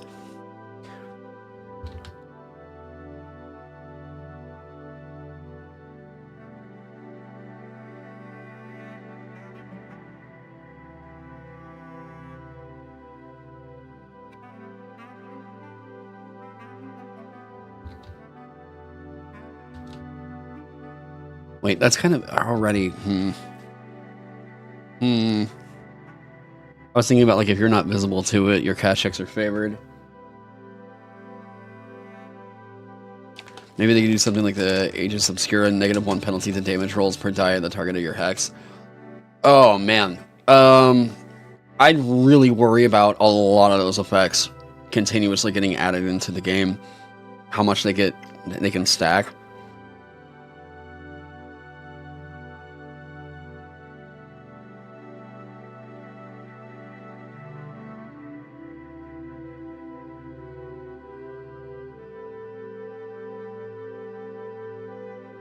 Man.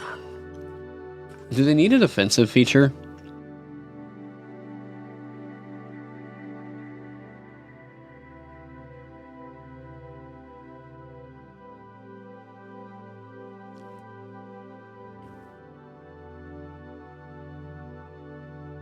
Right. Experts are all getting their expertise. Divine Resolve. You can't be blind and paralyzed or sickened with a Revelator.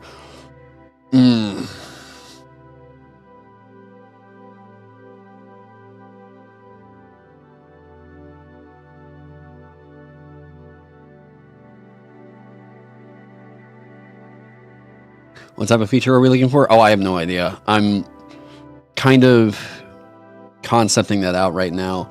Like, I'm trying to think of what they really want at 6th level, and I'm trying to get away from flat damage increases.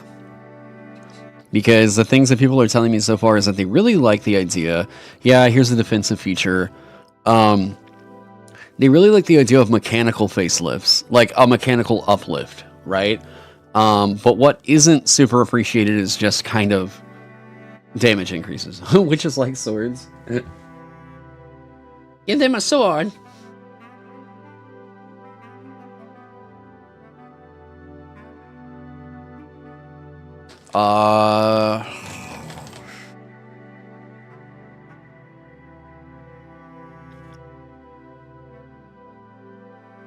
Yeah, since you said there's kind of hordes.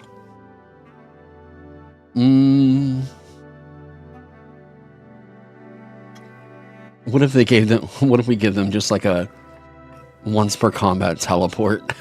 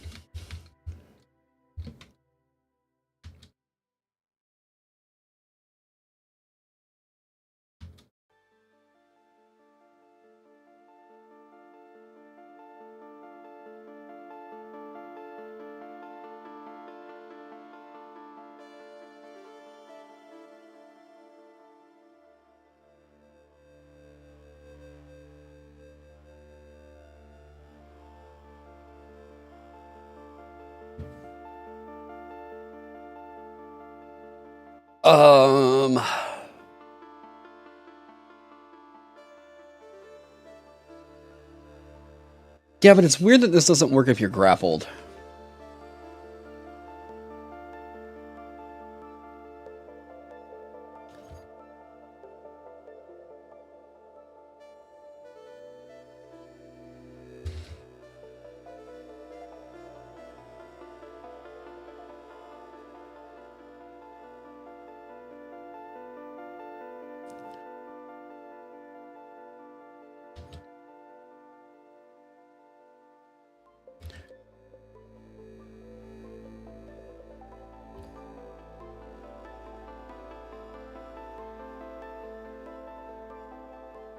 You can use your action to teleport to a near open space. Because a lot of what they have on right now is...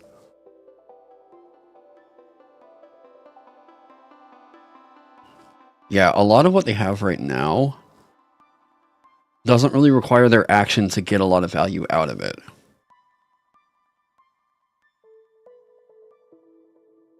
You just got back on Wi-Fi from a conservative research trip. What has been the latest for Vagabond?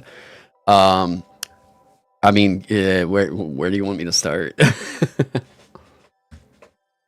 What about swapping positions with the target of your hex?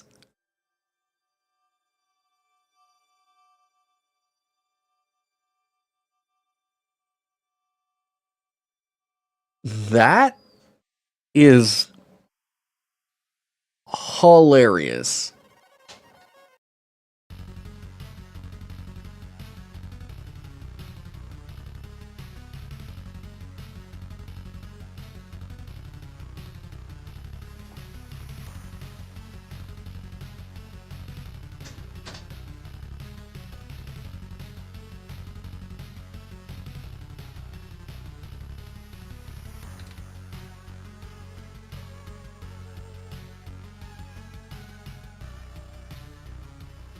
I'm gonna like, wait, did I keep it at targets? You can hex a banana. Hex a banana and like, oh, that's funny. Yeah, you can swap with allies.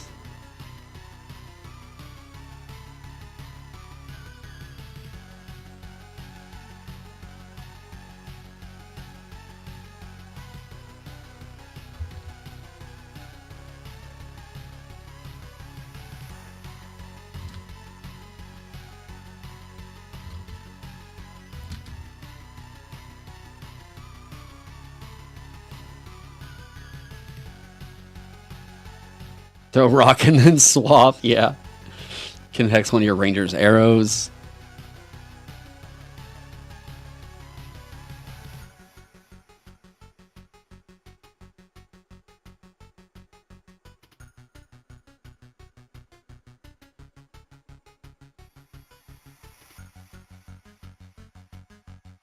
Ooh.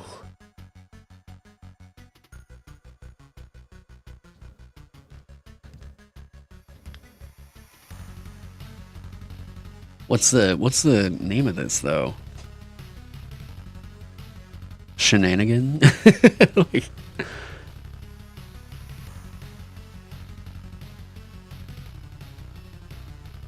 I don't know. What's the name of this one, chat? We need something evocative here though.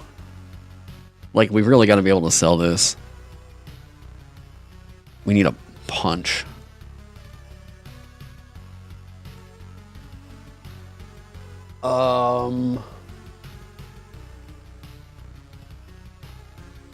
Befuddling twist. Any updates on the Cypher class? We canned it. Yeah, that was last update. We got rid of the Cypher. The whole long story short on that is things betwixt. It doesn't have to be one word, no. Things betwixt is kind of good. Yeah.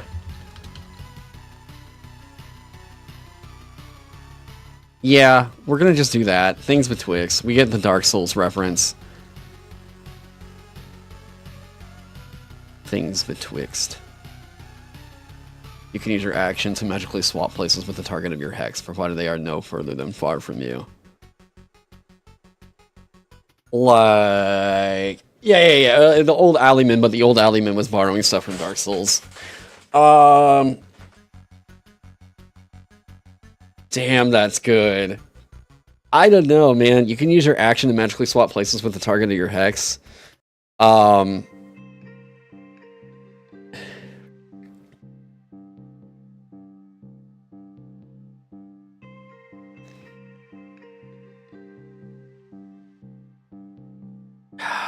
It is using your action to do this.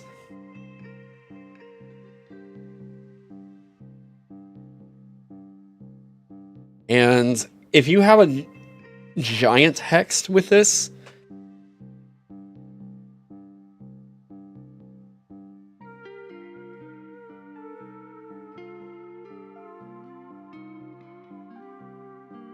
This might require a cast check at the very least.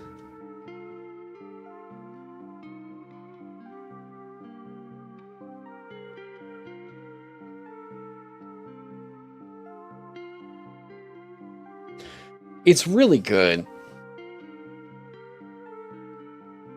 If the target is not willing,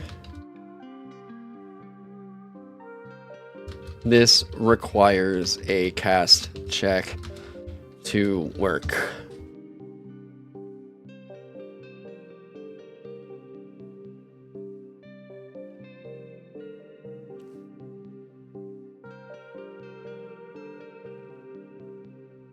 What if you control where the target went? You're connected. No, that would be too much. No. You gotta. We're doing a get out of jail free card here for you.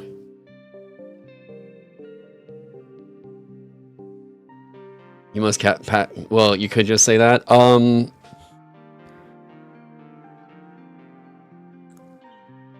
I mean, the fun that they're gonna get out of this is like throwing shit around and swapping places with stuff. Like,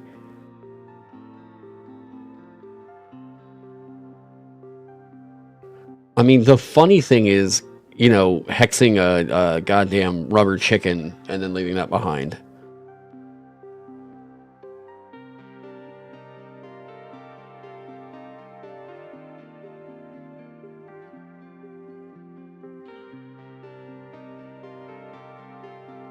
You like adding the cast check because of Arcane Ward. Yep. Yeah. The new Arcane Ward is really scary against this. Some of my minions. Oh yeah, okay. You're going to order them to attack me. I'm just going to swap places with you. And you get shut down and it's like, oh fuck.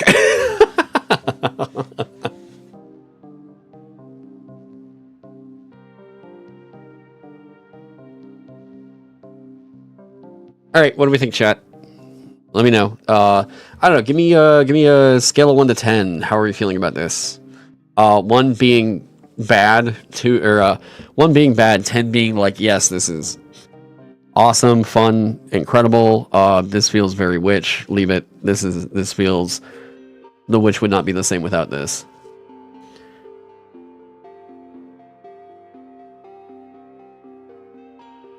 $3.5, 3.75.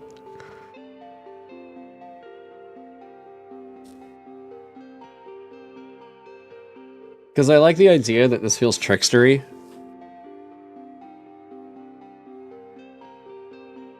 It feels like it's really helpful for their playstyle to get this.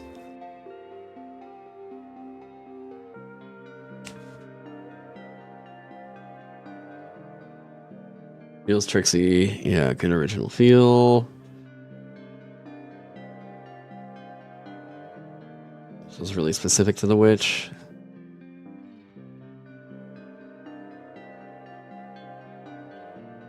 So, like, everything combined is really good. Like, the entire witch package right now. Pie. Okay, so Skirk and Varg, I'm curious about the 3.75. Do you have any reason there?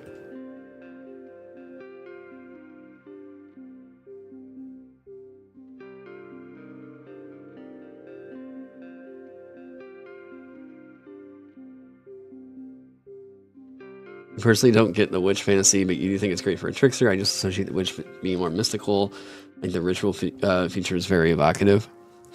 Yeah, the problem is in combat games, like if everything is tied to like performing ritual, it kind of gets a bit lost. Like this is always the problem whenever like you try to adapt. 5e has this really bad problem in particular where I may do this sometime for a video. What is it, 518? Okay, so like here, one sec. Let me go over here. Let me bring up a document. Okay.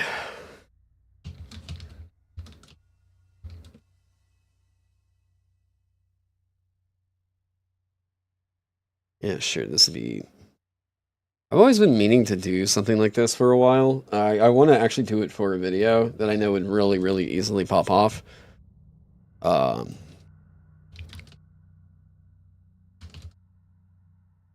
Yeah. So,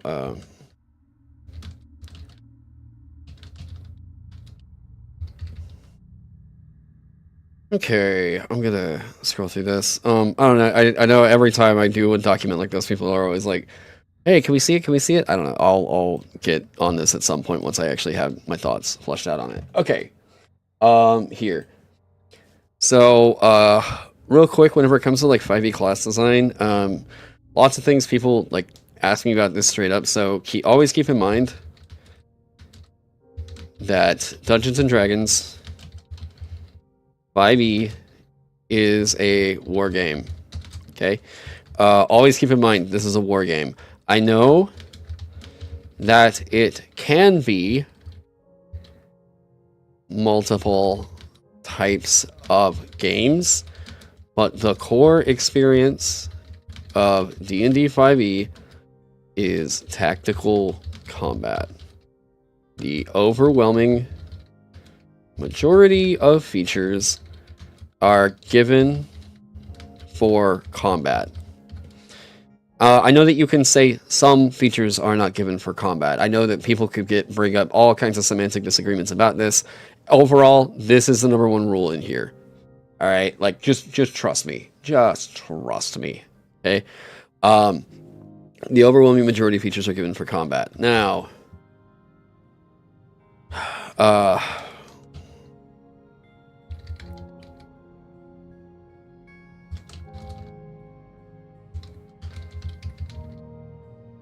okay, proficiencies and feature progression.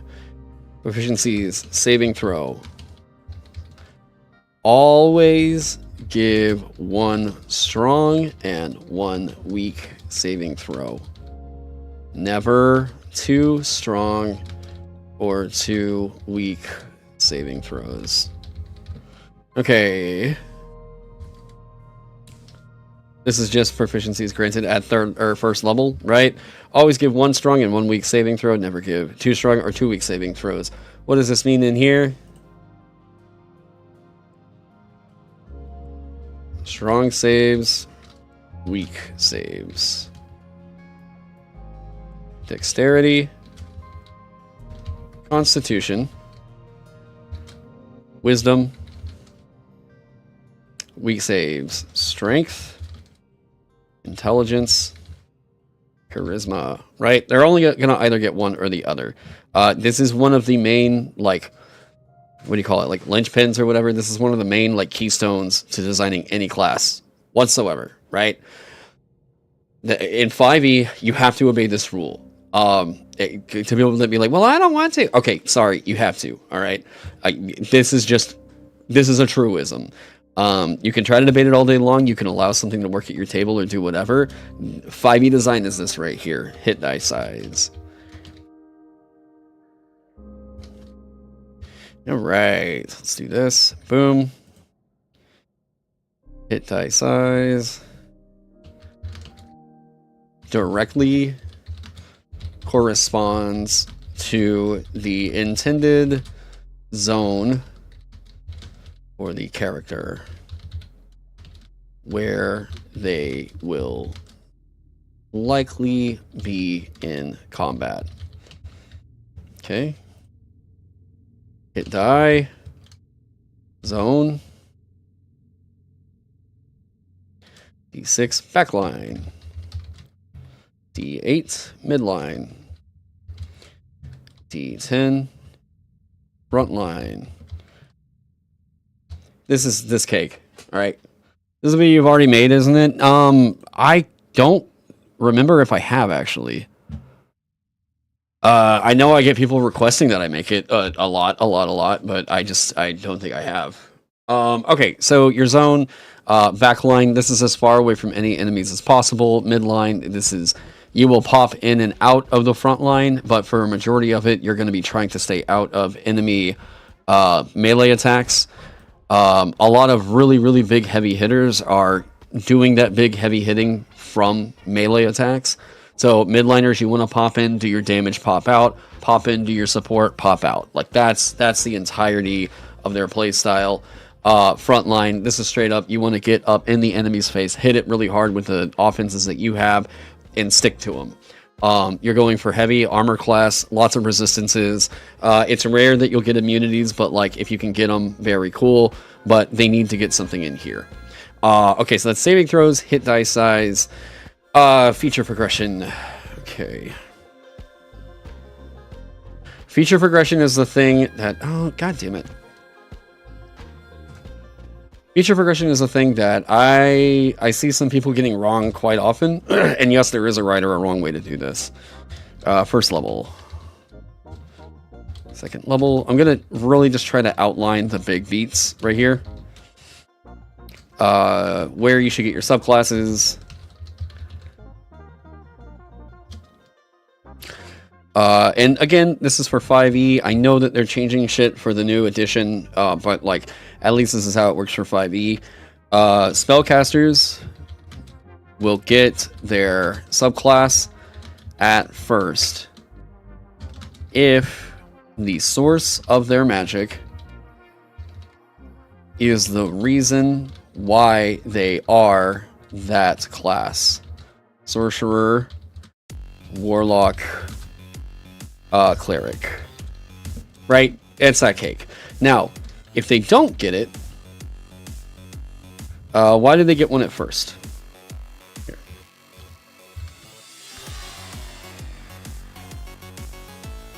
Shit, I don't know what that was. Second.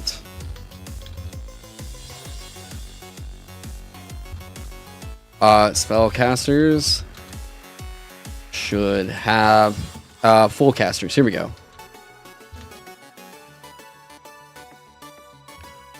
Spellcasters should have their subclass by now.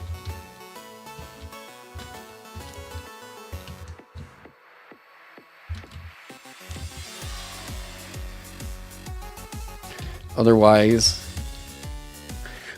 we have a few weird exceptions here. Bard is an exception that vastly deviates from standard 5e progression. I don't really know what more to say about Bard's design flaws. It's... Oh, one sec.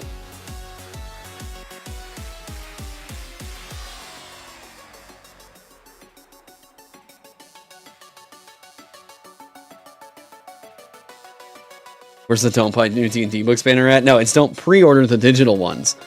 Pre-ordering digital is a scam. And it sounds like the vast majority of people have soundly rejected the pre-orders because now Wizards of the Coast is trying to sell the player's handbooks early to make up for the underwhelming pre-orders. All classes should get their subclass by now. Never give a subclass after 4th level. Or sorry, after 3rd level. Wow. Okay. Yeah, imagine pre-orders going well in the current year. Yeah. Yeah, it sounds like for the most part, everybody got the word out, and most people just don't really, most people didn't really buy into it. So yeah. Yeah, what are we doing? Oh, just a real quick aside before I got to get off here and do a lesson.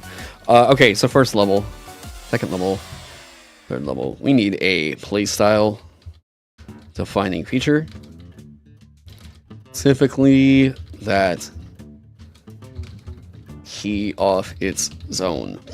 Okay. See, rage. There you go. You can see that. Okay, this feature here, this is actually,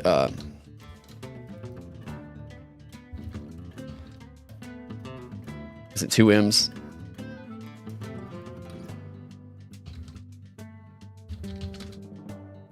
Okay, asymmetrical combat features.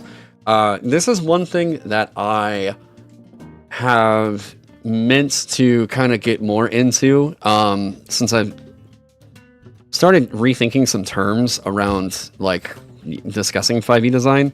So like symmetrical combat feature, playstyle defining feature that typically needs to key off of its zone, see rage, or like example rage, right?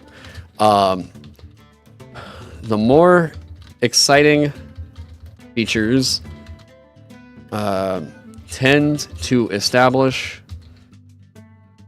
that the class is played differently from other options.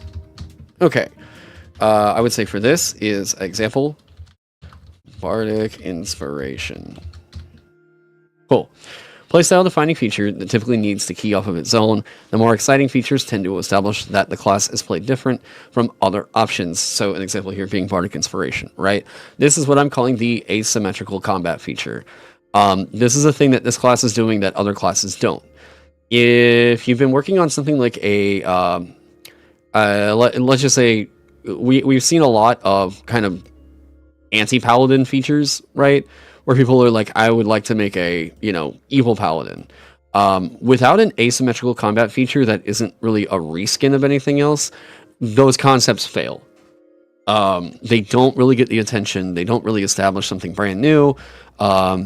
And more, it seems like kind of the safety net that people feel is they need to figure out how to give them Divine Smite really early in a way that is just darker and edgier, right? More often than not, people just kind of see that and realize that it's just another paladin reskin, and they tend to glaze over it, right? But really interesting, like asymmetrical combat features. Despite the fact that I don't like key points, Monk getting key pretty early, I think they get it at 2nd level. You should get your asymmetrical combat feature. This should either kick in here or no later than here.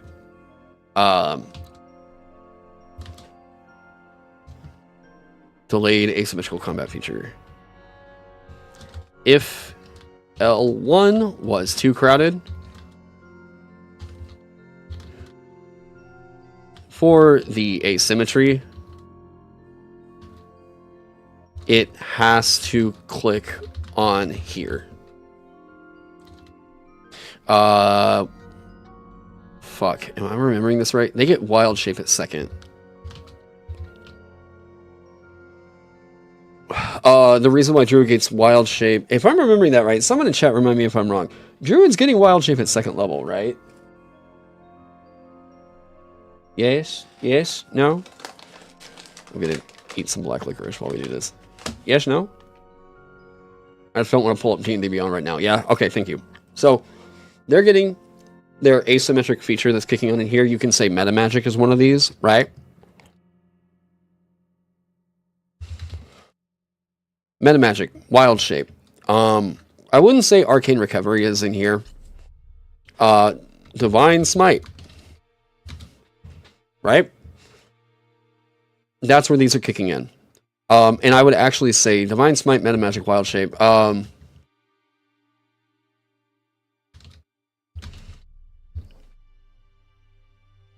And honestly, one of the things that they do,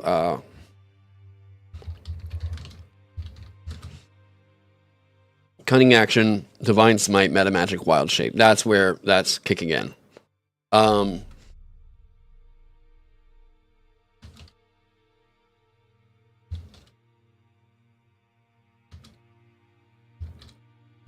If the combat core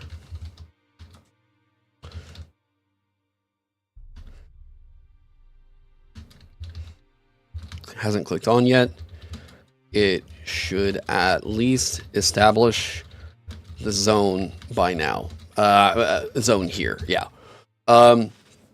So Monk is getting their key at 2nd level, but they're getting unarmored defense at 1st level, right? So they're getting that up a little bit earlier right in here. Now, here's the thing that a lot of people are always asking for, and this is really, really hard to pin down for 5e.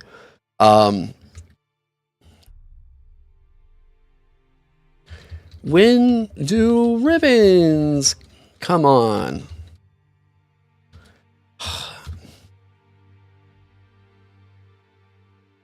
Okay, we're gonna do this.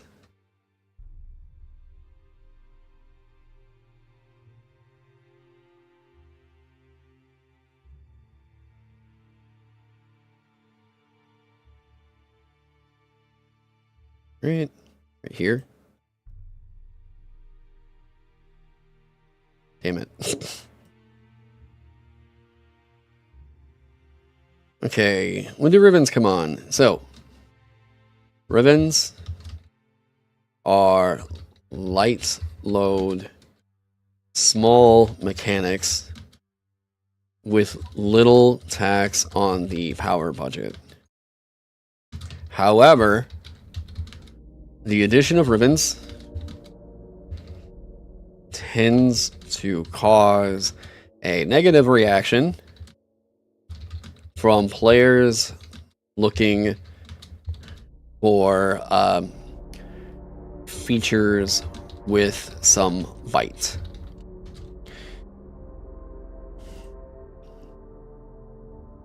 Some people, especially if you're really into the like narrative and artistry of game design, will be looking at ribbons and thinking like ribbons are like a must for D&D, that ribbons are like the things that are fun to write. Ribbons are the kinds of things that we really feel like we can evoke class narrative with. I think that I think that ribbons are a crutch. I think that more often than not, the ribbons that people actually like are the ones that don't exist. Okay. Shit.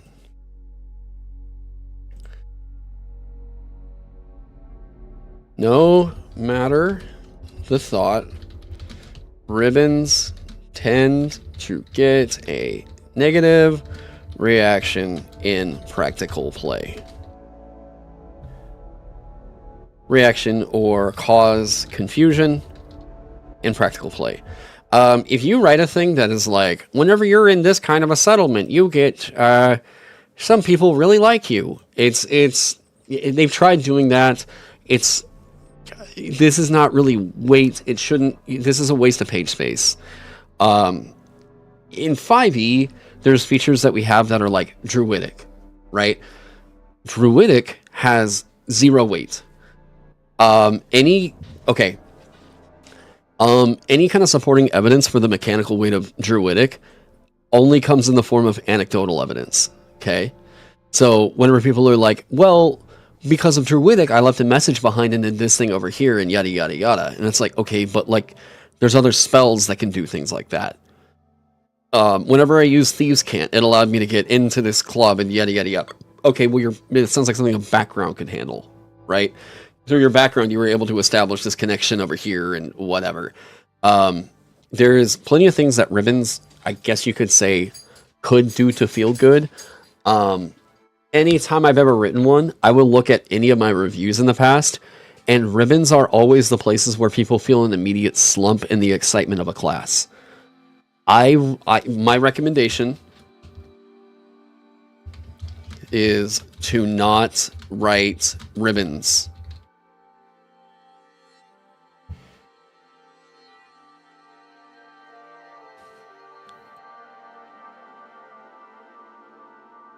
Okay. This is where people can think that there's a lot of fun ideas that they would have for something that does not have a whole lot of huge mechanical weight. Save those for background features. If you're going for 5e, then save those ideas for where you're going to put them in your backgrounds. Or if you do, make sure they're not the only thing that the class gets at level. I don't recommend having them. I don't. I'm going to be really, really curious to see what they did with, like, Druid in the new upcoming thing or whatever. Thieves' Camp might also make it in. But, like, because languages don't really have a weight in D&D 5e, they're meaningless. The features themselves should evoke class identity without the need for ribbons. That's been the way I feel. I personally feel... Here we go. I personally feel that ribbons are a crutch to creating class narrative.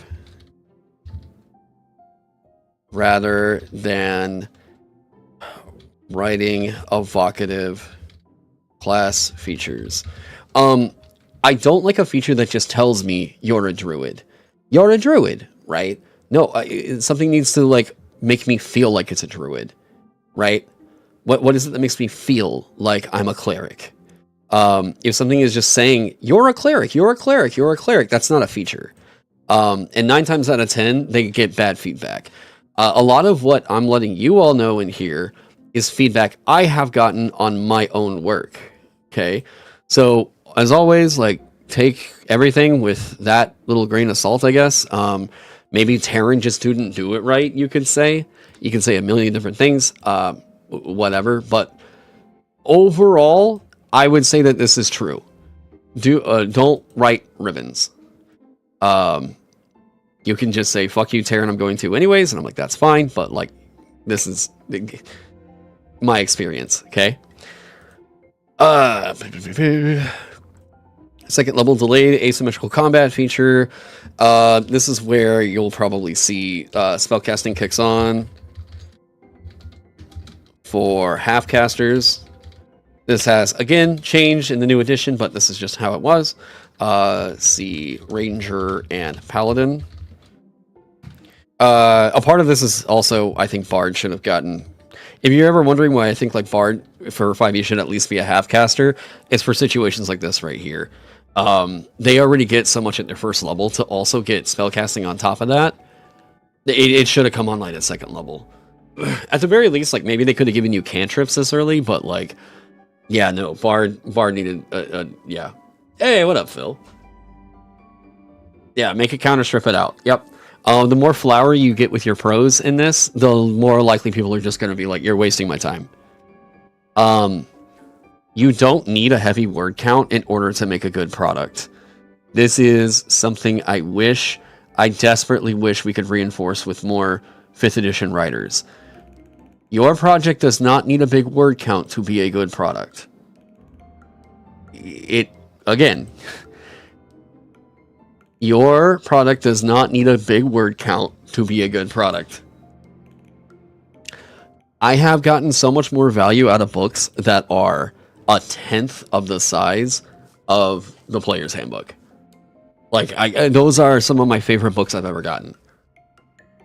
3rd level, we've already kind of said, subclasses are probably kicking on in here. 4th. So 4th, 8th, 12th, 16th, 19th, all ability score improvements. Okay, that's just how it goes. That's a truism for everybody. Some people get additional ones in there. It's always been a little bit confusing. In some cases, it's like Fighter was getting them because they wanted you to take on more martial arts like style feats and stuff. Rogue was getting a lot more because they were an expert, apparently. You know? Yeah, it's really cause of 5e. It's just such a bad habit. Yep. Keep things simple and clean. 3rd level. Subclass must have kicked on by now. Period. That's just, it's true. That's where it needs to be. Yeah. Otherwise, kind of what we see at 3rd level are spellcasters are usually getting a dead level around here. Or full casters. Full casters are getting a dead level because around this time, they're usually getting their 2nd level spells. Sometimes they're getting a feature in here. Yeah. More often than not, this looks like a dead level, but in all reality, they do get a power spike in here somewhere. There is a power spike is somewhere in the class. All right, so here we go. 5th level.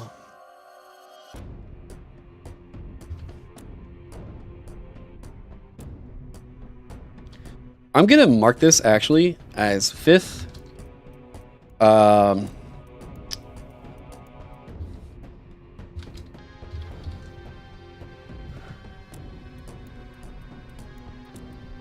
We're gonna do this. 5th, 11th, 17th. Core offensive power spikes.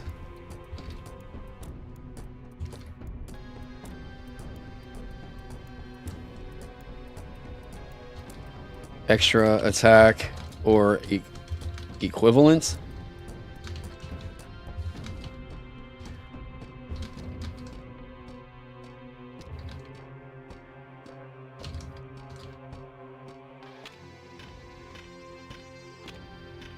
Okay.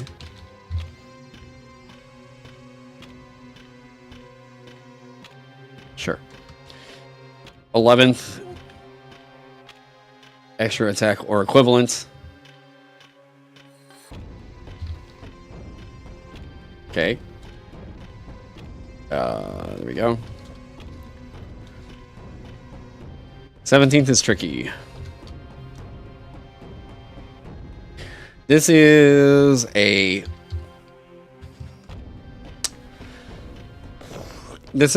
bizarre kind of area right in here. I kind of think like pseudo capstone, pseudo offensive capstone. But like again, your mileage may vary here.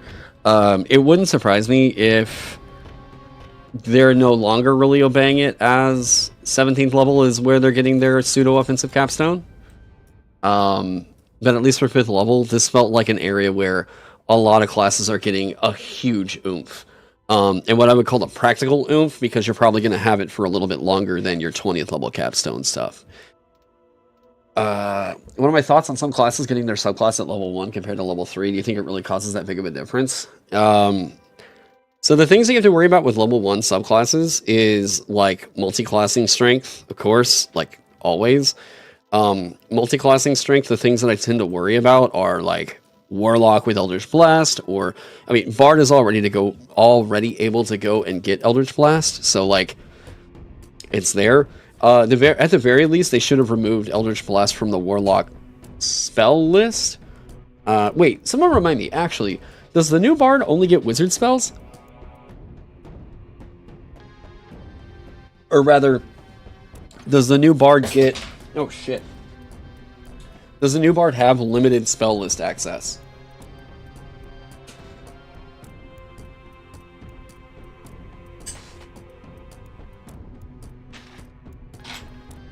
Bueller? Oh, shit. I'm gonna have to close it off here. Actually, I do have that lesson starting up soon. You don't recall? Eh. Yeah, I'll touch back on that in another stream, but I've got to get off here and get ready for this lesson. Everybody, hope you're having a great day.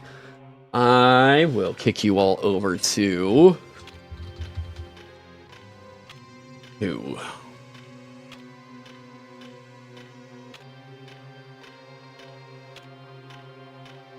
Where are we going? Where are we going?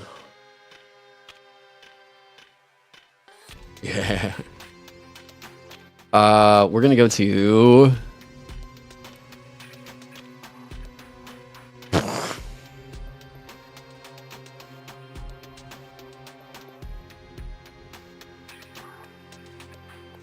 Man, I don't... All I see is like Lo-Fi Girl on right now. Okay, well, everybody, enjoy your day. I will catch you all soon.